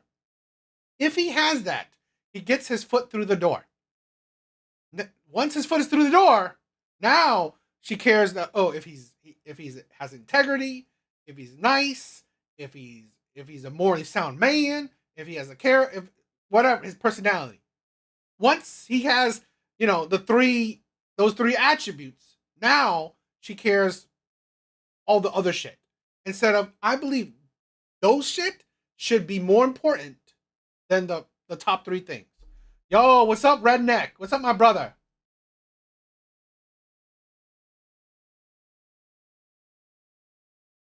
See, yo, that's why this is what I'm saying, right? I made a post on the community where I want to see how everyone is thinking, because I do want to make a, do a live or whatever where we can, it's like a men's therapy or chat group, because I believe that a lot of us men, we're not getting the opportunity to talk about our day, talk about our feelings, talk about our thoughts. We don't want to go to therapy because honestly, we're spending money to do what? Just talk? No.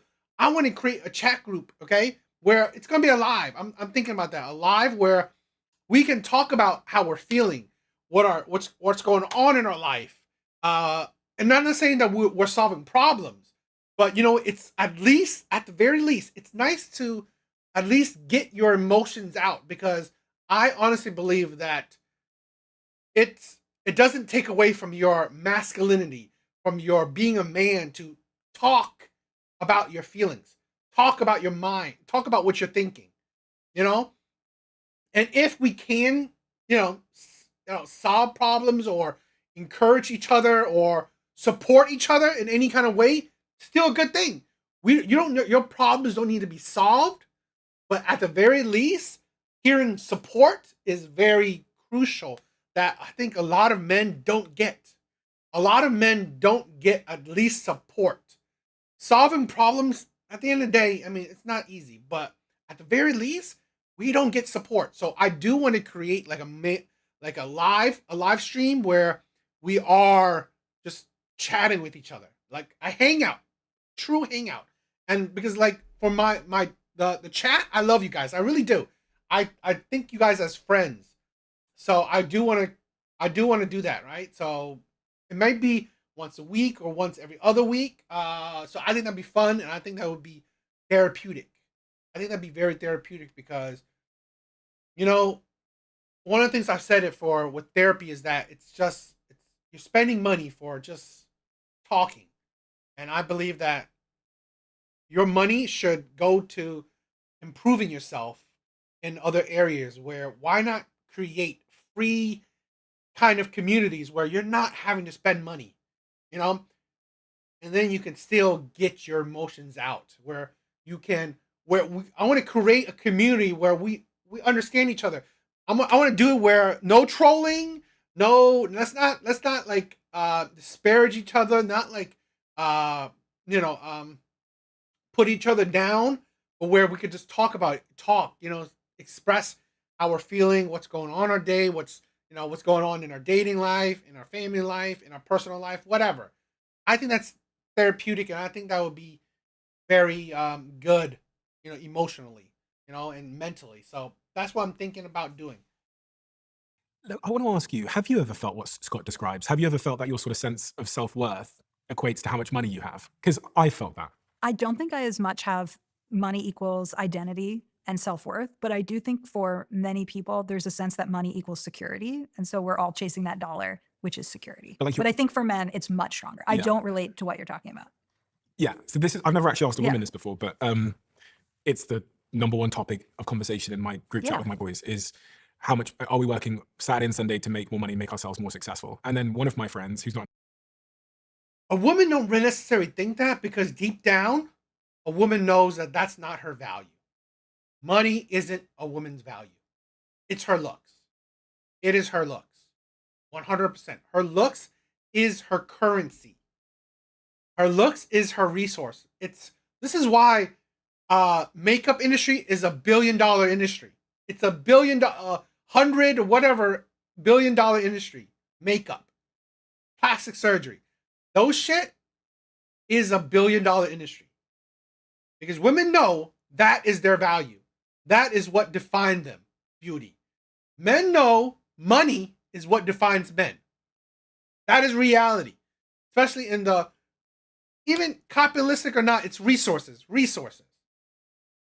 in my group chat, but one of my extended friends went through financial hardship, and he's in the lead up to starting a family, etc. And he went through a moment where he was going to be declared bankrupt, and he was inconsolably depressed. His partner was fine. She was kind of like, we'll get through this. But he actually said to me, he goes, I've never felt more worthless. And that's something that I've heard echoed by many men who go through sort of economic, financial roller coasters. And That was actually one of the stats in that report, the Lost Boys report. Richard Reeves talks about this. I think that's actually where it comes from. So Richard Reeves says that the number one cause of death for young men under 15 is suicide, and that men in general, the things that they describe in their notes when they commit suicide are these words: worthless and useless. And so if men feel like their identity and their value and their worth comes from money, when they don't have money or they can't be a provider and they're sort of on the edge of society, then they're literally opting out, sometimes with their lives. Okay, I want to take the metaphorical iPad and ask you guys some questions, because I feel like I've kind of said what I want to say about this topic, but I'm sure there are just millions of people that look up to both of you as symbols of masculinity. Scott, this is true, right? Moms talk to you all the time and say, how can I help my son? And so there's things that I want to know, because this topic is the thing I'm most passionate about. I want to spend the next 5 years really helping with this supply problem and the mating gap, but I don't know that men will listen to me, but they will listen to you. So I want to learn from you. So if you could teach a dating boot camp to all guys and even talk about what you would have them unlearn, what are some of those messages? A dating boot camp. Yeah, or being a human boot camp. Let's just We extend would it. have module 1, comedy. Ooh, Because the only thing like that got that. me laid when I was broke was I was like slightly funny Funny. sometimes. Yeah, So, like, great. I could be 100%. broken funny Okay, and this I'd could have be like improv. sunsets. This could Yeah. be just this. Yeah, keep going. Something around confidence, which is just standing. I noticed that posture correlates to dating success. So I'd have men learn to stand up straight and to control their posture and take up more space. And I mean that in the nicest possible way, which is don't be shriveled. So like standing up straight, which is obviously one of the things that going to the gym does. It kind of pulls you out a little bit as well. Typical, but going out of fashion, male manners. Open up the door. I still open up the door for my girlfriend every single day, even though apparently they went through a phase where that was seen as like not okay to do.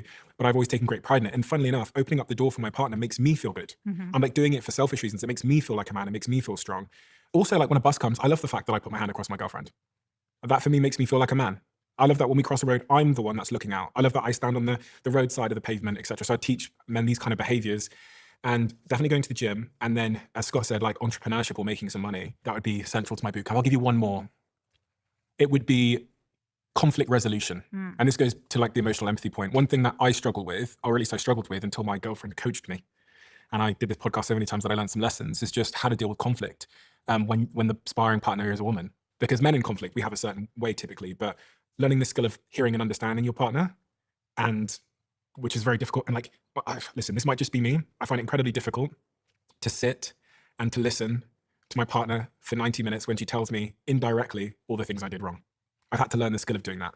And I sat here with someone who's a psychologist and said, they said to me, if you're a man, you have to learn the skill of sitting down for 90 minutes a week and letting your partner tell you everything that they're feeling and going through. With my boys, we don't do that. Yeah. When we go on holiday, it is total silence. We're eating fucking Pringles and watching the game. But when I'm with my partner, and I'm sure when she's with her friends, it's talking. So I've developed the skill now of just like sitting and listening. And then sometimes I take notes. And then sometimes I repeat back to her what she just said to me. And this is totally alien to me. And it hurts when I do it. It like hurts. And I find it so uncomfortable. Like I find it really, really uncomfortable to do that. Even though this is something you spend hours a Yeah, week doing for your 100%. job, It's so unnatural to me. but you've worked on it. I've worked on it, yeah. I did it like 3 days ago. My girlfriend said, I was traveling around the world. Yeah. We were in, I don't even know what country we were in. She goes, I've got some things I want to talk about. Can we put some time in the calendar? Do you have 60 minutes? I've got off stage in Sweden. I put in 60 minutes into my calendar. She video calls me and she talks to me for about 45 minutes. I don't have anything to say. I'm so tired. And I just sit there and listen. And in between the lines, it's like things I could do better. She's not blaming me or anything, but it's hard for me. My boys would never do that. Our friendship isn't contingent on those things. So that's what I would say. I love that. Like, I don't know if that you relate to that, but I think about this a lot with my boys. And I think kind of the three legs of the stool are provider. I'm probably over focused on the economics. That doesn't necessarily mean making a lot of money, but at least being disciplined and responsible about it. Developing skills, certification, having a plan, right? Don't be the guy ordering a bottle of Grey Goose at 2 a.m. Like, I'm going home because I got to get up. You know, I have a plan. And, you know, I have a vision for how I'm going to be a good provider. A protector, good manners. Your default system is protection. You constantly speak well of people behind their backs. You hear someone being critical of someone else, your inclination is to defend them. You don't demonize special interest groups. Your default setting, if somebody needs help anywhere or is being threatened, it's so heartbreaking to me that women feel unsafe when they see men. When they see a group of men coming down the street, surveys show women are inclined to cross the street. And it just feels like from an early age, men need to be taught anyone smaller, anyone more vulnerable than you, anyone in a special interest group, your default is protection. That's what men do. Think about masculinity, a soldier, a cop, a fireman. What do? At the end of the day, they protect. That is your default operating system as a move to protection. And then procreator. I think you should want to have sex. I think you should be willing to take risks. I tell my boys, I did this for a while, they can't get back in the house unless they talk to a stranger. And my oldest, no problem. Hey, what's going on? My youngest, not as easy. Just go up and pet their dog. Mm. I think there's so many men out there that have no willingness or ability to open, to, to just say, hi, where are you from? To just open and to want a romantic relationship is a wonderful thing. There's nothing wrong with that. Modulate your porn. Decide, ask yourself, would you want to have sex with you? Get strong, get fit, get your act together, smell nice, groom. If you can't dress well, find someone who can dress you, and initiate contact and want to have a relationship with someone. That's a wonderful thing. That mojo is the most purposeful, wonderful thing in my life, is that I'm raising two patriotic, decent men. And it started with me really wanting to have sex with this woman I saw at the pool at the Raleigh Hotel, right? And I know that sounds crass. It's like, I looked at her and thought, I'm really attracted to this woman, so I'm going to take a risk. In the middle of the day, without the benefit of alcohol, I'm going to walk up and introduce myself to her and another guy and a woman she was with. Hey, where are you guys from? And then 18 months later, our first son was born, middle name Raleigh, after the hotel. Take risks. Want to have mating opportunities. You're a provider. Your default system is a protector. And there's nothing wrong with wanting to be a procreator.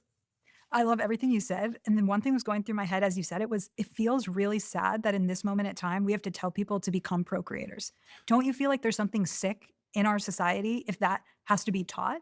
Evolutionarily, all of our software is towards procreation. Like that is how we are wired. Yet people are so sick from the food that they eat, from all the medications that people are on, from all the pornography, from all the technology, that you literally have to teach your sons the importance of procreation. And that's why I'm here. And that's why I'm really freaked out by all of this stuff, because we are at a point in society where in South Korea, of 100 people of childbearing age, they are going to produce 12 grandchildren based on a 0.7 birth rate. And the fact that you talk about the P of procreation, like I'm so worried about our society. It's 60% of 30-year-olds 40 years ago used to have a kid. Now it's 27%. So when I was on the plane on the way here, I told this woman who was sitting next to me what I was going to be talking about. And her gut reaction was, oh, why do we have to worry about that? Women are doing better than men. Like, great, let us do that for the first time in history. Like her gut reaction was, why is this a problem? Then I started telling her these stats around lowest marriage rate, we're approaching the lowest marriage rate in US history. The birth rate has gone down 20% in 20 years. And she didn't know these numbers. And I feel like people are afraid to talk about this topic because they think it's a zero-sum game where when men lose, women win and vice versa. Yeah. But right now we're all losing. There's huge economic impact too, because it used to be 12 people working age to support every senior. Now it's 3 to 1.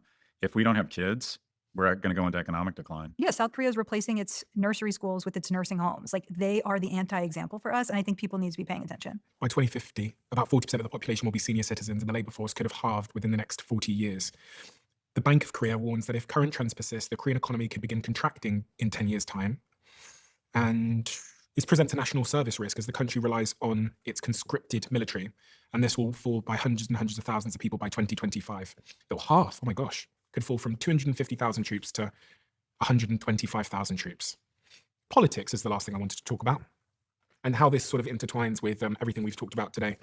Obviously, Trump is now in power. And as we saw in the data, and it was touched on earlier on, young men have become more right-leaning and more conservative than ever before. The left hasn't necessarily offered the best vision of masculinity to young men, as something Scott's talked about previously. I was wondering, I think this morning in the hotel, I was like, how is the left going to get men back? Is that possible? Because the vision of masculinity, this is something Scott's talked about, that the left portrays is not, doesn't seem to be in line with all the things we've just described that we feel intuitively as men. The things we think are important, like economic viability, being strong, I'll let Scott go first. Well, on the right, they've conflated masculinity with coarseness and cruelty. The two kind of role models, President Trump, who in my opinion demonstrates a lack of grace and a lack of empathy and a lack of kindness. And Elon Musk is currently being sued by 2 women for sole custody of their kid because he hasn't seen the kid. I mean, those are the role models we want for young men? And on the left, their vision of masculinity is act more like a woman. I don't think that's helpful either. I went to the Democratic National Convention, and there was a parade of special interest groups, everyone was represented, except for the group that needs the most representation right now, in my view, and that is young men. If you go to the DNC website, they list 16 special interest groups and they say who we serve. They call it out, who we serve. Asian Pacific Islanders, seniors, the disabled, immigrants, Black Americans. And I added it up. It's 74% of the US population. And when you say you're actively advocating for 74%, you're not advocating for the 74%, you're discriminating against the 26%. And who are the 26%? Young men. Is this a consequence of DEI? I think that's part of it. I think there's been so many groups that have been discriminated against. And the way I would just loosely describe the Democratic Party is we have the right ideas and then we just take it too far. You know, there were women have gotten a raw deal, so they need advantage. You know, gays have been persecuted. The people, non-whites have had. There were 12 Black people 60 years ago in Princeton, Harvard, and Yale combined. That was a problem. This year, more than 60% of Harvard's freshman class identify as non-white. So I think we got to get out of identity politics. But the notion, it largely came from the left, this notion of toxic masculinity. There's no such thing, because there's violence, there's people who are criminals, there's people who are unkind. That means they're not masculine. Masculinity is being a protector, a provider, a procreator. And the Democratic Party seems to believe that leaning into anything around your advantage of being male in terms of your strength, your kindness, you're wanting to procreate, you're initiating sexual contact or sexual romantic interest is somehow a threat and somehow toxic. I just think they've sent absolutely the wrong signal. And into that void has stepped basically thinly veiled misogyny that is just so ugly. You know, Trump flew right into it. The reason Trump won this election, in my view, is the groups that pivoted hardest from blue to red, 2020 to 2024, were Latinos who were sick of being categorized by their identity. But numbers 2 and 3 were people under the age of 30, especially males, who are not doing very well and feel like Donald Trump feels their pain, and women age 45 to 64. And my thesis is that's their mothers. Because if your son isn't doing well, you don't care about territorial sovereignty in Ukraine or transgender rights. You just want to change. My son isn't doing well. Those are the people that whisper to me in the streets about these conversations. It's the 40 to 55-year-old mother who has a son who doesn't feel like she can speak up, but says to me privately that she's worried about her kids. And actually, we had some mothers write in, all of which wanted to stay anonymous, saying this exact same thing. They've got an 18-year-old son, they're super concerned. They've got a 16-year-old son, the son looks lost. As the stats show from the report, they're not leaving home in the same way that women, their daughters leave home, but they don't know what to do about it. So for those parents that are listening now, we can't change society. What would you recommend a parent of a young boy does? First thing is forgive yourself. There's this natural part of a separation where, and I think this is true of girls, but especially boys, where to make the separation easier, we don't get along with our parents in our senior year in high school. And that doesn't mean your son doesn't love you. That doesn't mean your son's not going to figure it out.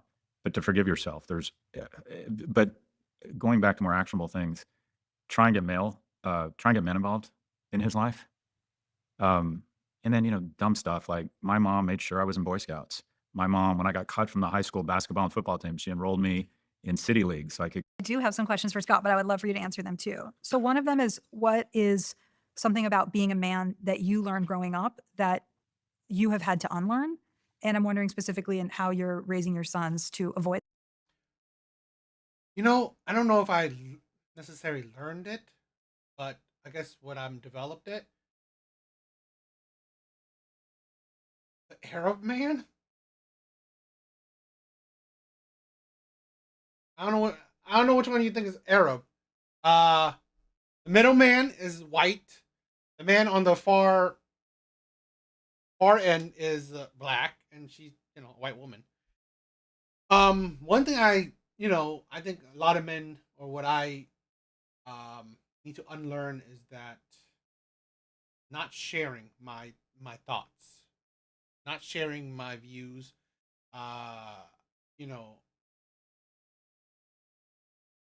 putting others before myself.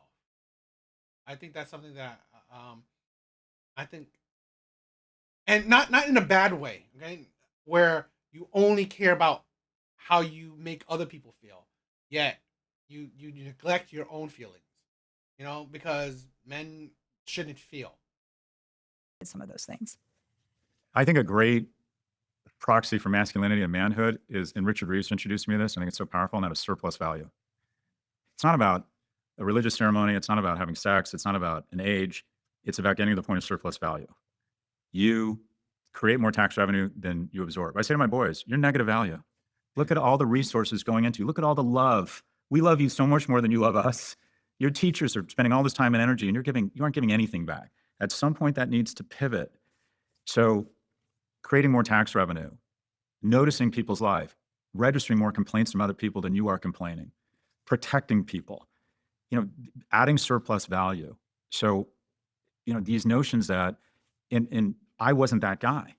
I wanted more from everyone else than I was giving. I was the guy that's, when someone honked at me, I was the guy that sped up and honked back to restore the universe to its place. If a ticket counter agent at the airline counter was rude to me, I needed to get back in their face to restore harmony to the universe because I'm a fucking baller. And what you realize is being a man is occasionally taking a hit, right? It's having surplus value. It's noticing people's lives. It's listening to complaints. It's occasionally thinking, well, maybe this person who cut me off in traffic, I don't know what's going on with them. Maybe their kid has diabetes. Maybe they're going through a divorce. It's adding more value than you're taking. And until the age of like 40, I looked at every relationship. Am I getting more out of this than I'm giving? And if I'm not, I'm out. And what you realize is good business partnerships, you add as much or more value than your partners. Good relationships, you witness the person's life. You make them feel fucking awesome. If you leave this world a little bit in debt, Your romantic partner, that's also the last person you want to turn to and say you're struggling. Because again, for me, that felt like I was being emasculated. So I remember the day very vividly when I was like 30 years old, turning to my girlfriend and like running the experiment of letting her know that I was struggling with something and how difficult that was. But the only reason I did it was because I almost felt like I had no fucking choice. I'd like gotten to the point where I was like, I need. well, just a message to young people in general. The arc of happiness is a smile. And that is kind of 0 to 18 is prom, football, making out. It's generally pretty happy. The least happy years for people are usually kind of 18 to 45. Economic stress, relationships are hard. You probably are someone you love a great deal, gets sick and dies. And if you're struggling, what I would just say is, don't be afraid to reach out for help, but also realize that if you're not a member of parliament and you don't have a fragrance named after you, it doesn't mean you're failing. And to forgive yourself and to recognize that those are tough years. I mean, okay. I mean, it's interesting. Yes, more men need to not put so much pressure on themselves. I thought this was a good, interesting video. What do you guys think? Hope you guys liked it. I thought it was a good stream because this was a really good video. It's very informative, very in depth, very deep. So I think it's a good video. I want to do more like these, right? Just more in-depth topics, more in-depth listening, viewing videos. So I think that's good. I wanted to backtrack and talk more about, like I said, I want to end out on saying that please do the poll. I did a poll, okay, in the community tab where tell me if you guys like the idea of doing like a men's therapy group where we get together, once a week, once every other week, once a month or whatever, where listeners, people in the chat, whatever, you can join the live where we talk, we express our feelings, express our thoughts, talk about how our day is going, talk about how our life is going, and it's not necessarily about solving your problems, and if we could, we would, but it's more about feeling supported, feeling that you're not alone, feeling that there's other men that's going through the same thing you're going through, and feeling like you're heard. Because I think that a lot of problems that a lot of average men are going through is that they feel alone, they feel unheard. No one is listening. No one is there for them. There's no support. There's no support system. Women have it. Other marginalized group have support system, but average men, no one is supporting you. So please participate in that my poll, because I want to know if there's a good amount of people who want to do it, want to join it, want to be a part of the therapy group, because I think it's important that a lot of men get that opportunity to express their thoughts, their feelings, to talk about their day, stuff like that. Because a lot of men, I've been there. At the end of the day, after work, I go home, no one to talk to. I'm just talking to myself. I'm just talking to an empty room. I'm just talking to nobody. So I think it could be very uh invigorating, very fulfilling if you just at least get your voice out to other people where you know that you are being supported. So I want to maybe start that. So that might be a good thing. So please tell me if you guys like it or not. You could do it in the comment section as well. You could do it in the comment sections of the video. If you guys like it, if you like the thought, you like the idea, that might be cool. So, other than that, hope you guys liked the video tonight. So see you guys on the next live. Later, guys. Black Redneck, Skull, Apocalypse, Cash. Thank you guys for joining. Love you guys. All right. Later.